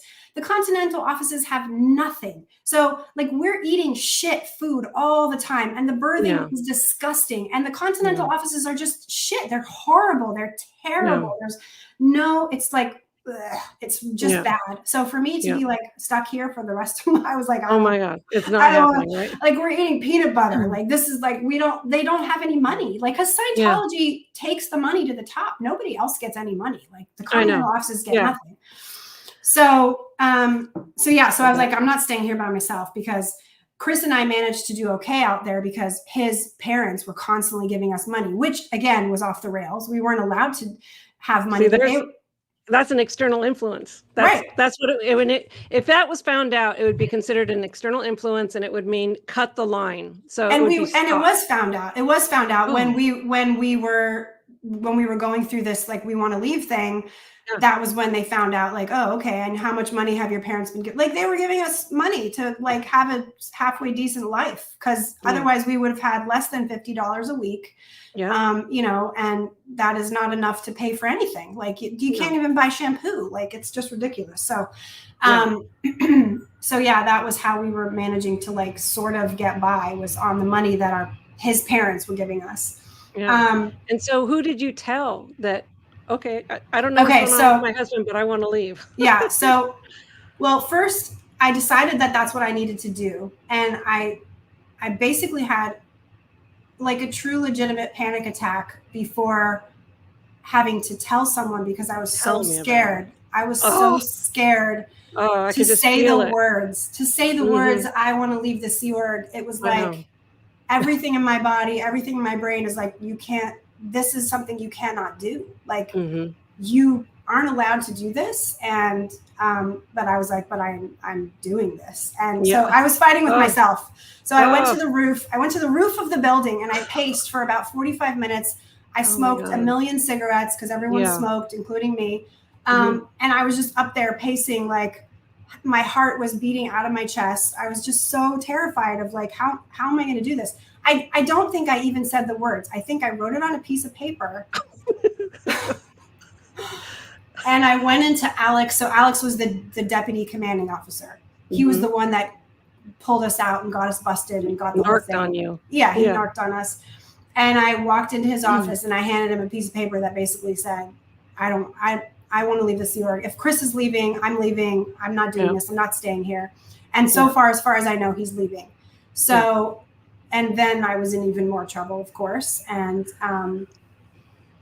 so I was immediately put onto the decks and made to do more physical labor. And I was sort of awaiting information on what they didn't have anything. They didn't have it. Like I said, they don't really have any auditors out there to check me, because we're in Africa. So they just made me do physical labor for weeks and weeks and weeks and weeks. Oh my God. And eventually I was told that Chris is staying, that they handled him.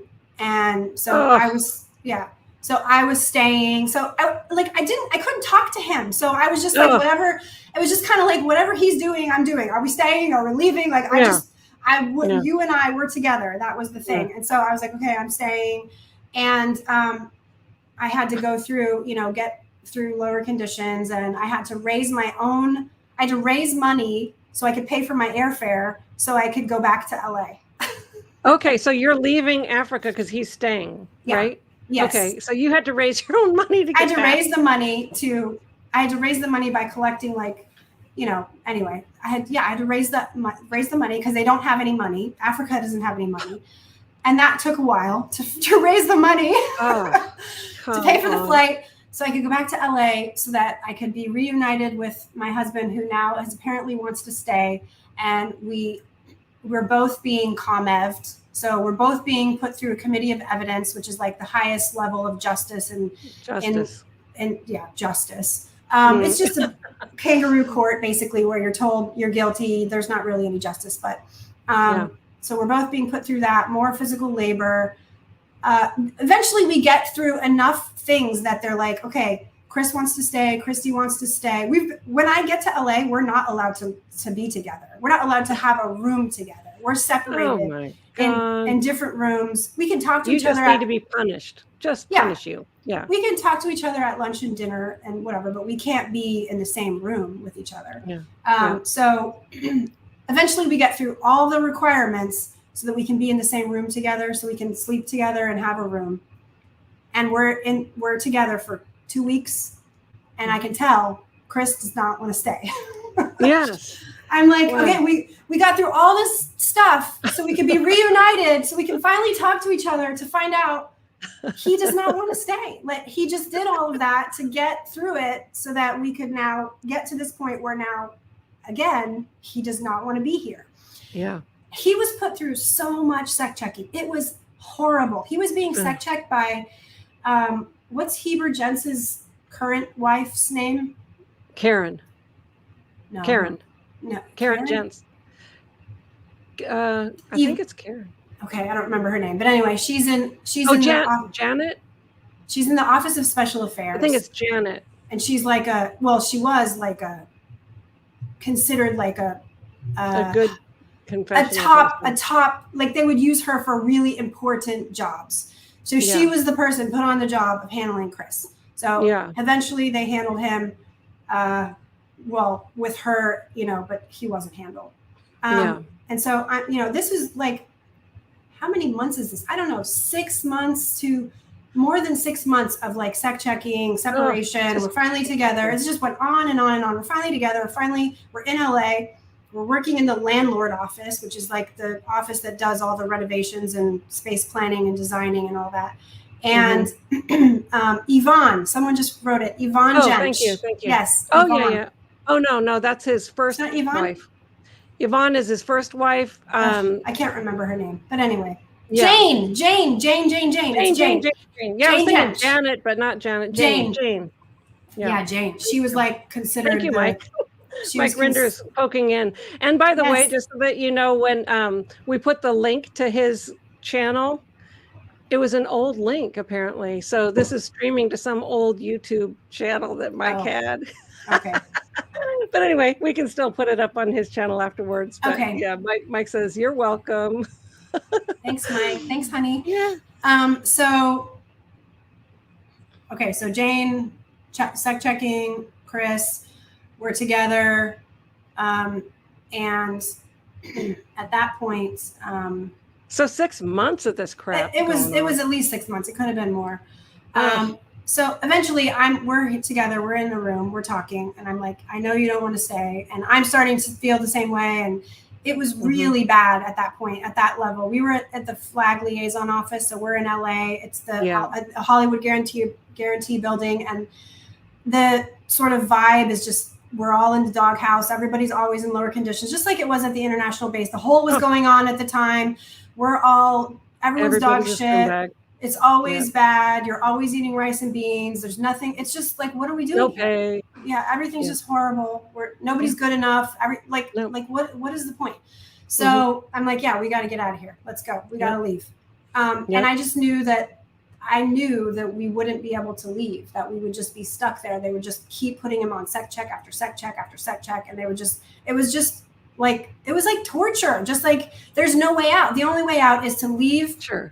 Unauthorized, which most people did, like Mark and Claire and other people. But we had our families. We had our parents, and I had my brother and sister, and he had his parents and his two brothers. And we didn't. That's Scientology and the Sea Org's, go to is their leverage is they control your family, and they can destroy your family if you don't play with them. If you don't follow what they want. So right. And so we didn't want to lose the family. So I talked about in the beginning making the decision at 16 years old to join the Sea Org and not have children, which was not a decision I ever wanted to make. I always wanted to have children. I was very, very, like when my sister had a baby, my sister was in the Sea Org briefly, and she left because she got pregnant, not intentionally, and had a baby. It was like, that was my baby. Like, I loved that baby so much. And I was like, oh my God, she had a baby and pictures. And I got to see him, like spend one day with him. And it was like the most amazing, beautiful thing, part of life. Right. Yeah. And this was something I always wanted to do. And I was like, okay, Chris, so we can either blow, which is we're going to lose our family. We're going to get declared and we don't want to lose our families, or we can have a baby. Yeah. Let's have a baby. because I want a baby. So let's do that because we're going to have one anyway, right? So because if we have a baby, then they cannot just keep sec checking you for another 10 years. Like they've just been sec checking you. Like if we have a baby, then they have to let us leave at some point. Like we're not going to stay here. The baby's going to come. Yes.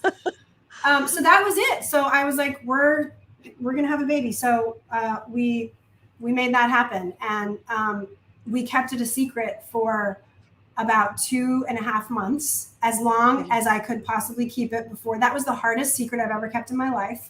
Oh my God. Because otherwise they might force you to go get an abortion because it makes you, it's in the Sea Org because you're not allowed to have kids. You know, if you get pregnant, the go-to is get an abortion. And that way you can stay in the Sea Org. And if you don't, then you're in ethics trouble because now you're a problem and you have to leave anyway. It's just horrible. So you had to keep it a secret. I had to keep it a secret for as long as I could, you know, because I didn't want to have that conversation. I was afraid of my will to withstand the pressure. I was afraid that I would get so much pressure and I wouldn't be able to withstand it. So I just kept it a secret for as long as I could. And then eventually, eventually we did the same thing. We wrote it on a piece of paper. I didn't want to say the words ever because it was just too hard to say the words. It's hard. Okay, let me just pause for a second, so that people can understand. When you sign your bill and your contract, you work in a group, you are loyal to that group, you have all this agreement that it's the only salvation for mankind, your whole family's in it, there's everything to lose, if you leave it. And so to come forward and say, I'm deserting you, is just not natural feeling, Matt had to be the one that says, that's it, we're going, and practically drag me. But because it's hard. I dedicated my life to that, as you did. And it's you do make friends. You have hundreds of friends. You have hundreds. It's not just a couple people. It's you have all these friends. You have all these people you've known that you've spent all these years with, many years with. By then I had been in the trenches. I'd probably been in for by then 13 or 14 years. And so, so again, he went and he told the person that had to be told. And I sat in the qual room. I was like, I'm not even going. You go tell them. He wrote it on a piece of paper. He took the piece of paper and said, here, Christie's pregnant and we want to leave. And, and they came and collected me from the qual space, the room where I was sitting, and put us in a little tiny security room. And we started the process of routing out of the Sea Org. So that took me probably another 2 months. So by the time I left the Sea Org, I was 4.5, almost 5 months pregnant.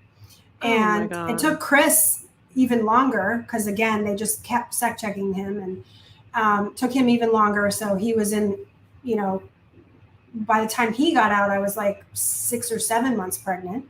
And where did you go? When you left, were you still in good standing? Yeah. So I did the routing out process so that I could stay in, good standing. How much good standing is it? I was a freeloader, right? But I wasn't declared. So I was able to go home to my family. So I was able to go home to my mom and dad. Someone dropped me off at their house. They were on a vacation and my mom came home early from her vacation and, they took care of me. I stayed there with them for a couple months, 2 months, I think, while waiting for Chris to be let out. And finally he was let out. And, and then once he was let out, then we came to Clearwater to live with his family. And that's kind of why I wound up here in this area, because of his family was all here. That I don't know where we're at now, but yeah. Well, you left in good standing and you were very pregnant. And so, and you moved to Clearwater. And so how did you end up getting declared then? If you guys were in good standing? So we were in good standing. But Chris never really, we left the Sea Org and Chris sort of vaguely felt like a Scientologist, but not really. So he was kind of pretty soon after, I'm trying to remember how soon, I don't know, maybe a year or two after we left was really starting to like look at things on the internet and starting to explore all the information. And, you know, we had all these experiences that I've kind of described here already with David Miscavige that were really negative. So we had that base of knowledge added into people leaving and us seeing all these people leaving. So Marty Rathbun left and we were just like, what? Marty Rathbun? I mean, Marty Rathbun was like the right-hand man to David Miscavige. So when we saw that, we were like, oh my God, something big is going on. And then Matt and I came out to Clearwater and visited you and Chris, and I think I think your son was only like 3 years old or something like that by that time when we saw. And so you weren't totally in bad standing yet. No. You know? Yeah. No, I wasn't. So I didn't get declared for a while after. So what happened? So Marty left, a bunch of people, top people left that, you know, we saw leaving, and we were just really questioning things. And he was reading stuff on the internet, and eventually behind my back, he went and visited Marty and didn't tell me about it because he was afraid I wouldn't, you know, agree, because I was still very, you know, I had my parents, I had my family. I didn't want to lose that. But then eventually, you know, he told, I figured out that was what he was doing, because he was starting to just talk to me about things and show me stuff. And eventually I did the bad deed of getting on the phone with Marty. And as soon as I did that, I knew I'd crossed a line, because I was like, okay, I'll talk to Marty. Let me hear what he has to say. I'm still not declared yet, right? I'm still not declared. And then that was at the time when, what's that guy that took over as the spokesperson, the smarmy guy? What's his name? You mean Tommy Davis? Tommy Davis. So Tommy Davis was running around doing his thing around that time. And Chris was talking to people, ex-Yeager members that we were friends with, and somebody ratted on us and told OSA that we were talking to Marty Rathbun, and we, you know, that we were kind of exploring things and learning about, you know, what was going on. And we got in trouble basically, and they found out, and we were just talking to him. We were just talking to him enough that was it. That was all we had to do, was just talk to Marty Rathbun. And they basically, you know, and I was planning a trip to go see my parents to educate them on everything. I had a trip planned. I had a flight booked. It was like a Tuesday night, and the flight was on Friday, and I was going to fly out on a Friday to go talk to my parents and sit down and tell them everything I'd learned and all the things that Marty was exposing about, you know, and kind of give them my opinions based, because I had enough firsthand. Once I had other pieces, I was able to put it together. I was like, okay, this makes sense, because I've had my own firsthand experience with this guy. And, you know, so at the time though, I wasn't ready to like give up the technology. I went through stages. I was ready to give up. All of us did. Yeah. All of us did. The first stage for me was I was ready to give up the Sea Org, the church. I was ready to give up the organization. This organization is crazy. I don't want anything to do with it. Toxic, bad. But I was like, well, I don't know about L. Ron Hubbard and his stuff. Maybe his stuff is still, maybe that part is not bad. Maybe it's just the organization. So it took me, you know, going through the layers. But anyway, so I wanted to explain that to my parents. Like, look, it's David Miscavige. It's the organization. They're all the bad guys and blah, blah, blah, and kind of get all that done. And I didn't make it there on that Friday for that flight, because OSA basically, you know, sabotaged my plans, went to my parents' house and thoroughly, you know, ruined the plan, and basically explained to my parents that me and Chris were talking to Marty Rathbun, and that we were really bad, and that if we didn't change our minds and we didn't, you know, renege on sort of the road we were going down, that we would get declared.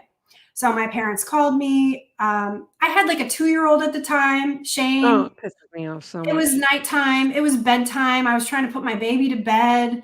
And I had like 30 or 40 minutes to talk to my parents. And I was like, look, I was coming there on Friday to explain things to you, to tell you everything. I want to talk to you. I want to tell you, you know, everything I know. And they were just thoroughly, you know, disabused of anything I was going to say to them by OSA. And they basically said, like, this is it, Christie, like, come here now, speak to OSA, talk to them, get handled, or you're getting declared. And I said, I'm not, Oh, I'm not God. coming. I'm not going to speak to Osa. I don't want to hear anything that Osa has to say. No. I want to talk to you, Mom and Dad. I want to tell you, I want to have a conversation with you guys and let's talk as a family. And they just kept sort of saying, you know, you won't, that's not going to work. You have to come out. You have to speak to Osa. And I just said, no, I'm not going to do that. I'm not going to speak to Osa. And I got declared. It was like fast. It was like one night and it was done. It was like, you didn't do it. You didn't do what you said. And my mom tried a couple more times, sent little emails. And then eventually it was just like, nope, you had your chance and it's over, declared. So that was the end of that. So, and what year was that now? So you've been disconnected from your parents for like 10 years now or something? Oh yeah, more than 10 years. More than that. I think, yeah. So let's see, because Jack is 11. They've never met Jack. Oh my God. He's 11. Jack is 11. Shane was like 2, I think, and Shane is 16. So 2 or almost 3. He was almost 3. So yeah, so it was 2009, 2010, either the end of 2009, the beginning of 2010, somewhere around there. Okay. And yeah. So you haven't spoken to your parents since then?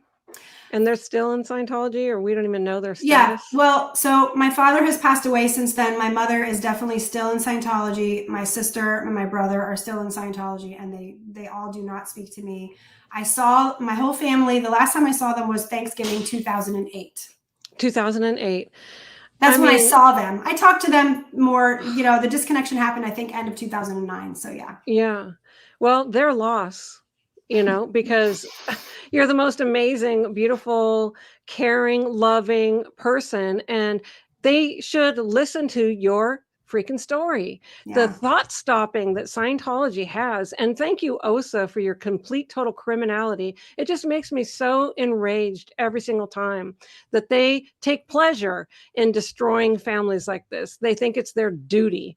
And it's really, really a violation of the basic fundamentals of human rights, you know, and that's why I keep speaking out. They did it to my family. They've done it to Matt's family. We still have a situation with Matt's brother disconnected from the whole rest of the family, never saw his non-Scientology parents when they on their deathbed or anything. He just wouldn't talk because they're connected to Matt. You know, my husband is so stupid and it makes me so mad. And I'm sorry that that's still going on. Boy, I just keep speaking out to try to make a difference and raise people's awareness, you know, because, you know, it's your family. It's your family. And it cuts deep. And it's because you have integrity, because you didn't want to be part of something that was so abusive, you know?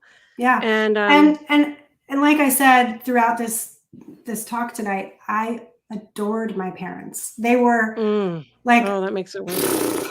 We were close. Yeah. So, yeah. Is that something I get teary-eyed up about much these days? Because I'm, you know, life moves on and you move on. But like, we were a good family. Like that was, you know, so anyway, it was. Of course. It's, you know, it's the most basic fundamental thing in the world. And that Scientology trumps on that should end them, honestly, should seriously end them. And I just got to show some of these pictures of you. And because look at this, you went and got with Mike Rinder, who is just so amazing. I've known him for a million years and just love him. And I'm so happy for you. Yeah. And there's little baby Jack. Yep. And then look at Big Brother with the big smile. So cute. I know. And then Matt and I came out and saw you right after you had Jack. This is us together then. And then your beautiful wedding with Mike and your 2 beautiful sons. So you got 3 boys. Yeah. All the boys over here. All the boys. And of course, your wedding was in paradise. Look how beautiful that is. Yeah. Boy. And you guys are such an amazing couple, and I love you guys so much. And this is Matt and I coming. We lived in Washington State, but we would come to see Matt's family in Florida all the time and never fail to come by and see you guys. And here's Jack getting a little bit older there. And you know the Mike Rinder bobbleheads? Well, here's the bubbleheads. So cute. I love that. I love that picture. And then, of course, you guys as a family just take the most amazing portraits. There you are. It's so beautiful. And here's another one. It's so sweet that you put all this together. Amy put this together. She pulled all these pictures. I did, because so I mean, you guys are just all so precious to me, but precious to the world too. And I love you guys so much. And you were on Scientology in the aftermath. And here's how your beautiful picture of one of the scenes, screenshot we got on that. And then here's you and Mike, and there's Claire and Mark at the Emmys for that, which are you guys just so beautiful. And then next to a giant Emmy, that's so fun. And then another one of the Emmy awards. Look at that couple. You guys should be on the top of a cake, you know, like you look like the perfect, the perfect bride and groom type of thing. You guys are so beautiful.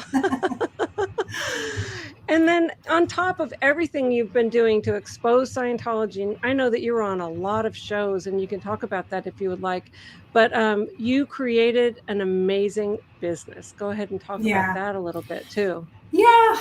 Oh, we've been here so long. I'm sure people are ready to go, but yeah. So in addition to all that, it's early. It's early. Okay. We're going to do questions after this. Okay.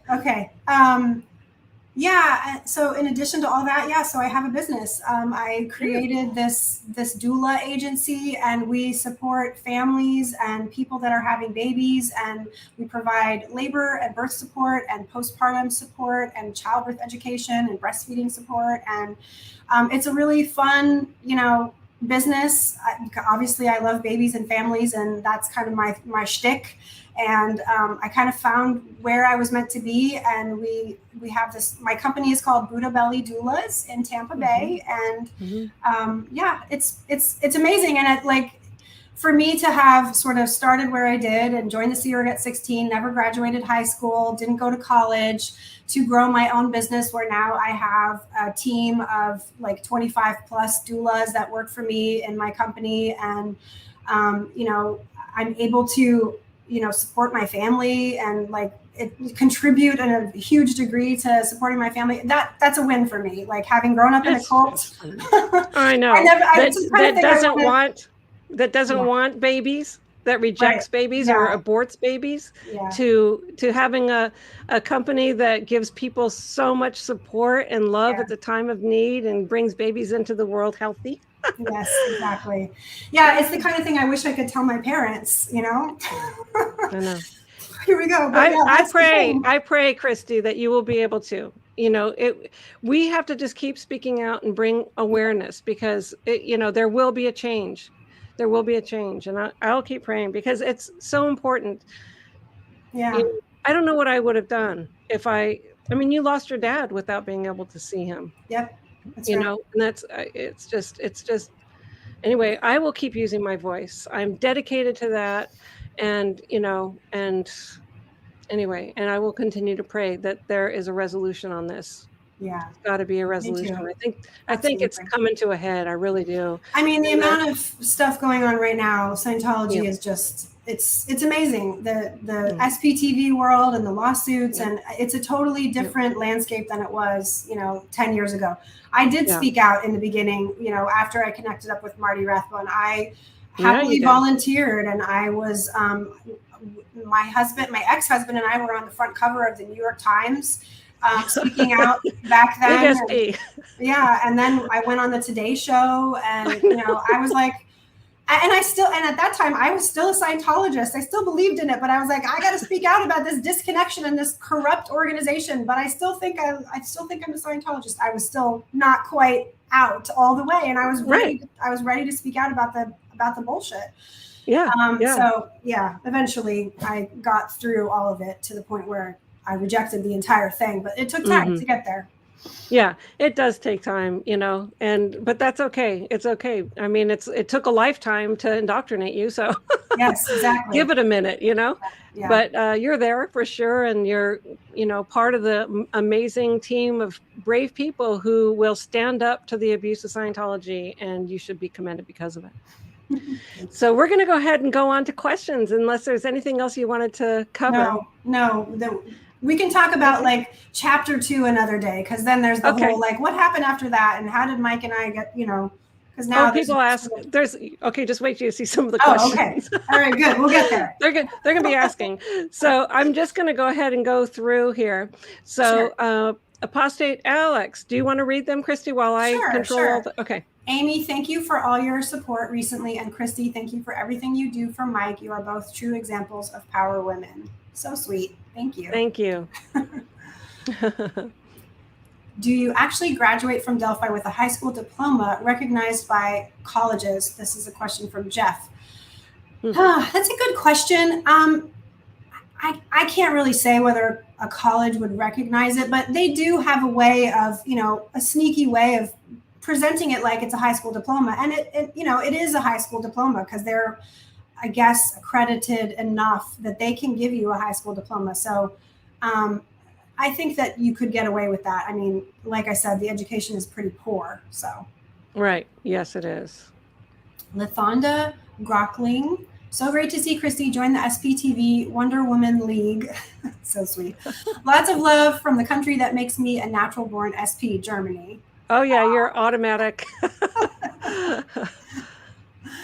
Destiny Salazar. It's been so amazing to see Aaron, Claire, Mike, and Leah out there spreading the word wide and far about the abuses of Scientology in light of the DM sentencing. Go SPTV. Yes, absolutely. Yeah. So awesome. Mm-hmm. Christian B, your brain isn't fully developed at 16. What the fuck, COS? Exactly. I know. You're not ready. You're not ready. No, it's actually perfect for Scientology, because then you can indoctrinate them and they don't know anything better. Yeah. Destiny Salazar. Amy, every time I see your bookcase full of suppressive memorabilia, it fills me with such joy. Yeah. Every time I get something new from people, I stick it up there too. Abigail S. Amy, StreamYard has a YouTube channel which has videos to help optimize people's channels. Christy, I wanted to join you and Mike's live stream, but I had my nephews and nieces who don't know Scientology, and I want to keep that. Okay. Yeah. No worries. Problem. No worries at all. Use earphones. Yeah. Joni Cummings, so glad to see Christie Rinder is here. Queen Bee, Amy, you're awesome. Thanks for letting us hear these stories. Yes. Our pleasure. Dawn Laree, heard about you, Amy, from Aaron's channel. So glad. Yeah, thank you for coming over from Aaron's channel. I put a little note on there letting people know, just in case they wanted to come and see more SP activity going on. Catherine, I'm watching on both channels and found Christy at Mike Rinder YouTube, not Mike's normal channel. I'm the only one over there right now. Yeah, that was our bad. Yeah, our bad. We figured it out. We made a mistake. Sorry. Yeah. We'll fix it.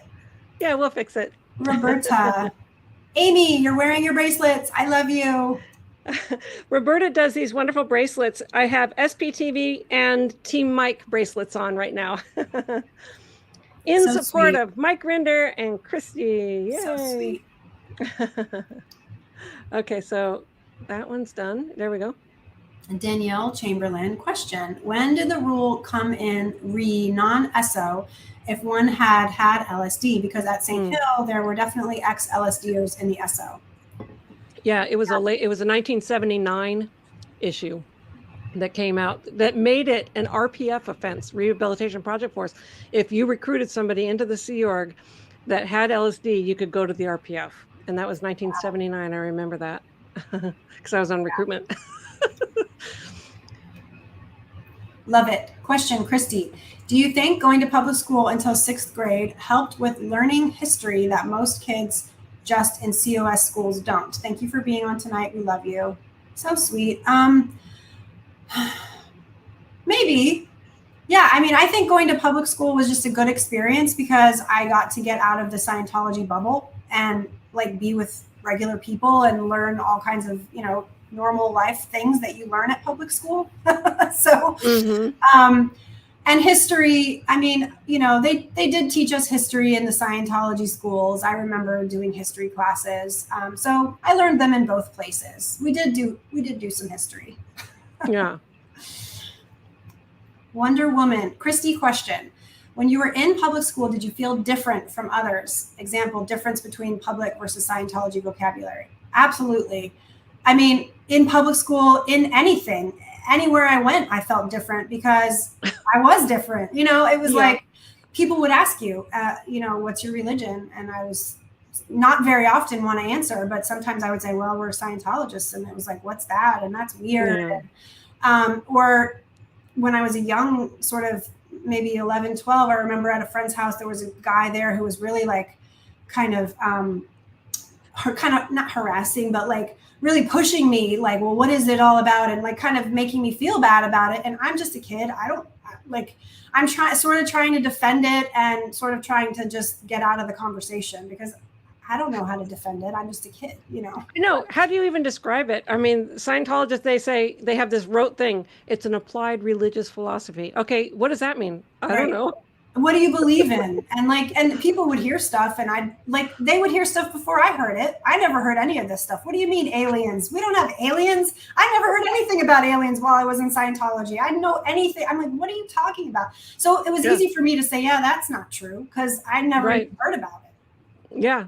You don't get to hear about that until you spend hundreds of thousands of dollars in many, many years. Yeah. Stacy Y. Christie, think we could get Marilyn to get you the Xenu outfit, but she'd have to do a lot of crocheting to fit your Rinder doll. Because your Rinder doll is life size. I can just picture Mike in a crocheted Xenu outfit. We'll have to show pictures. We did do Halloween alien costumes of like 5 years ago. And they were so popular. So we have cute photos of me and Mike dressed up as Lord and Lady Xenu. Oh, perfect. How perfect is that? That's fun. Joni Cummings, my question is for Christie. Christie, have you thought about having your own channel? No, not really. I haven't. I'm happy to be a guest on Mike's channel. I'm like pretty focused on running my business, and I'm happy to. I love doing this, and but I don't think I'm going to create my own channel. Well, you don't need to have your own channel. We'll have you on. We'll have you on our channels all the time, and Mike will have you on his all the time too. So yeah, I'll just support Mike. I'll try next time. I'll get it right and get it on the right channel for Mike. No problem. No problem at all. It said Mike. I didn't see anything wrong with it. KB question, Christie. Where have you been all our lives? You're a natural for SPTV. Oh, thank you. Yes, so sweet. Ron, just made it here. I have so much for you both. For standing up to the cult. Christie, so glad to be hearing more of your story. Thank you. Thank you. Thank you so much. Yes. Ron, I have so much respect for you both. Okay. Yes. Thank you, Ron. Oh, thank you. Okay, so this was a clarification saying your computer microphone is working, not your good one. I think it's the static electricity zapped your big microphone. You're really echoing after you hit it or shocked the mic. So yeah, it's okay. It's okay. Everyone was saying, stop saying that because this one looks like it's just fine. It's got all these cool colors and everything. Sure does. Yeah, boy, that looks seriously official. I don't know. I'm not a techie. Yeah, it's no problem. And then I'll just come by, and we'll get everything hooked up perfect or whatever. Or Mike can do that too. Yeah. Here we go. Okay. So. Ray Lane came to SPTV because of the guys, Aaron, Mike, and Mark. Keep coming back because of the amazing women, Amy, Claire, and now Christie. Love Matt too. So sweet. Yeah. Thank you so much. Matt's got some more stuff that he's going to be covering this new week, which will be good.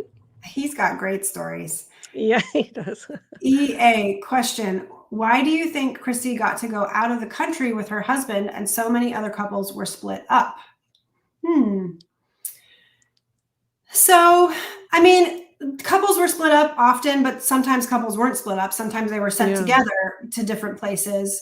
And so we were sent to Africa together. We met in East US in New York where I was posted. And then after that, they kept us together, which was nice until they didn't keep us together.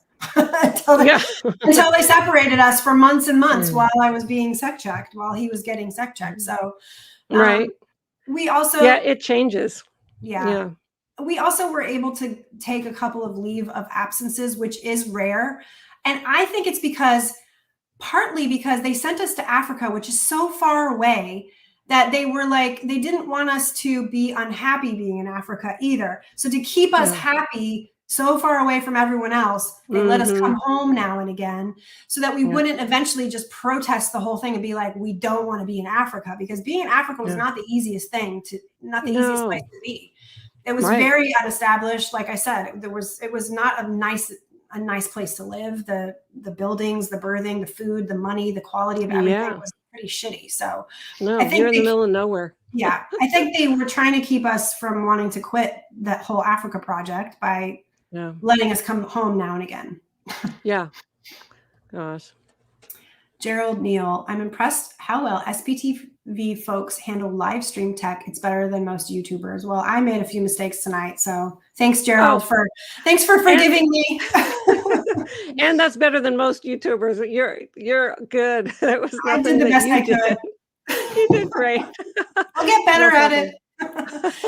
Cody Mack. Question, Amy, I wanted to know how you would describe an assignment of lower conditions and what is involved in getting back to normal. Thank you both so much. You are truly heroes in many ways. Hi, Cody Mack. Well, it totally varies depending on how abusive your boss is that assigned the condition. But there's a whole explanation for it. But basically, if you're assigned a lower condition, you're going to have to do all the steps of each formula, because each condition has a formula and there's many steps to do. So you do those steps and get approval to get out of it until you come up the conditions to normal. Anyway, there's a lot to describe about that, but that's an overview. What do you think, Christy? Yeah, there's so many steps, and the steps are not easy. And like sometimes, you have to make amends, and you have to, deliver an effective blow, which means like you have to like hurt the enemies of the church in order to complete your conditions, and you have to get people's signatures, to let you back in the group. And there's a lot. So and amends all through the night, because you have to do amends on your own time, and you don't have any own time except for when your head's on a pillow. Exactly. So many sleepless nights doing those stupid things. Kimberly Stovall, are you proud of anything from time in COS? Love you both. Proud of surviving. Proud. That's a tough question. You should be proud of the project that you got done in Johannesburg, but then at the same time, and I should be proud of the, building of Celebrity Center, but then I take a look at, okay, then that was used to bring in celebrities who then the mouthpiece and spokesperson of Scientology, which then gives legitimacy to Scientology. So I'm not proud of that, so things that when you're in there, you thought you did well, didn't necessarily have a good effect overall, right? No, it didn't. Definitely didn't.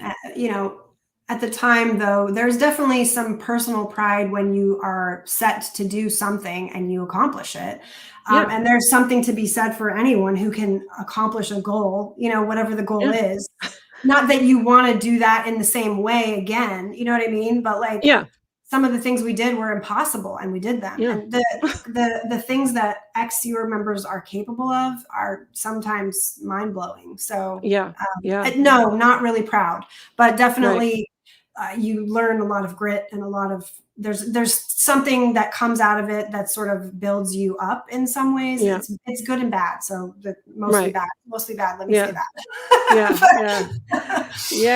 Oh, I could talk the whole time on just that subject probably, because that's a good question. It is. Yes. Stella, Christie is a great storyteller. Thank you, Stella. Yes, she is. Let's see. Timothy Mick, question. Could you tell us how you met and fell in love with Mike? Yes. Mike is so easy to fall in love with. So I just have to say, as we all know, we all love Mike. It's really a simple story, and I think Mike and I did quickly talk about it on one of our recent videos, but we were introduced by a mutual friend named Hayden James. Mike came here for a job. He came to Clearwater from Denver, and Hayden told him about me, and then he picked me up with Hayden, and we drove out to visit Tom DeVock to have lunch. And it was all just like lunch. We're all just having lunch because we're all ex-Sea Org members that are in the same town. And we're getting, like, I hadn't met Tom. I hadn't met Mike. Well, I'd met Mike once. That's it. And I knew who he was because he's famous. He was a top executive that everybody knew who he was. So it was just kind of lunch, and it was just a simple lunch, but it was nice. And then after that, I got a text from Hayden saying, Mike wants to see you again. So I was like, okay. And then he was like, am I allowed to give him your phone number? And I was like, okay, sure. So he gave Mike my phone number. And then we had another lunch or dinner together with some other friends too. And Mike was very charming, and he started texting me, and he was pretty flirtatious, pretty rapidly flirtatious with me. And I was like, okay, I want to know what this is. Like, are we just friends or what? So I, being who I am, I just straight up asked him. I said, are you flirting with me on text? I said, Mike, are you flirting with me? And he was like, yes, I am.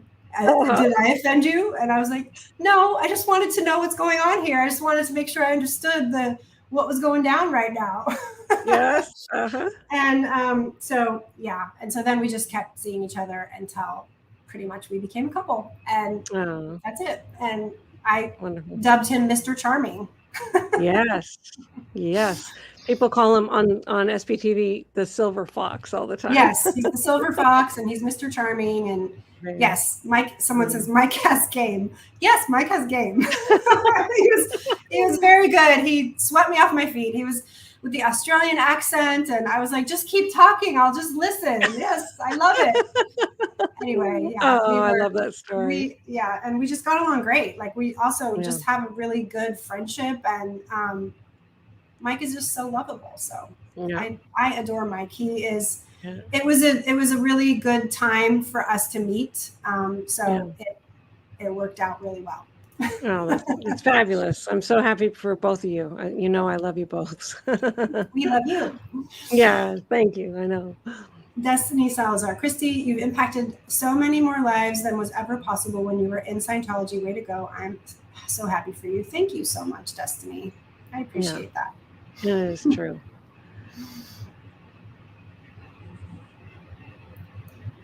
Joni Cummings. Christy, you're an amazing woman. Thank you for sharing. Amy, you're awesome. And yay, more beautiful people speaking out. Thank you, Joni. Yes. The more the merrier. Brett Grace. I've always been curious about your story, Christy. Hope to see you in lots more SPTV. Thank you. I did, so my story was, parts of my story are in that New York Times article, are in the, where else was it? Then I went and did that little tiny Today Show interview. Yeah. If you find those, you can find them on YouTube. You'll see I still believe in Scientology at the time, but I'm speaking out. And then I did quite a bit of recording for the Aftermath, but they kind of cut a lot of it, and so I'm not really in that very much. And then you definitely appeared in there, though. I appeared, a little bit. And then I was also on Mike and Leah's Mike and Leah's podcast. So the Fair Game podcast from iHeartRadio, there's a whole interview with, and again, I sort of talk a lot about my story in that as well. We covered the disconnection. Yeah. No, that's wonderful. And Christy, it's just been amazing having you on tonight. Thank you for having me, Amy. Yes, of course. And, we could do deep dives in all kinds of different parts of that story too. I had to restrain myself from going, woo. Yeah, I know. I was afraid. That's why I was like, how many weeds do we want to get into here? What stories are we doing? But Hopefully it was, You did the hopefully it was perfect good. amount. You did the perfect amount of weeds. Perfect. Yes. Okay. Well, and everyone watching, there's been over 1,000, like 1,062, 1,080, probably, or more watching this. Like, thank you so much for being with us this whole time and hearing our stories, and giving all of us the encouraging words and everything. Thank you, Anne, for that super sticker that just came in. And Mike is saying that there's a new Leon Mike video, which is going to be available on his real YouTube channel at 10 p.m. So everyone, please make sure to see that. All right, everybody. If you're not subscribed to Mike's real channel, go over there and subscribe. And if you are not subscribed to my channel, go ahead and do that as well. And make sure to like these videos. It really helps. More later, everyone. More later. Bye, everyone. Bye.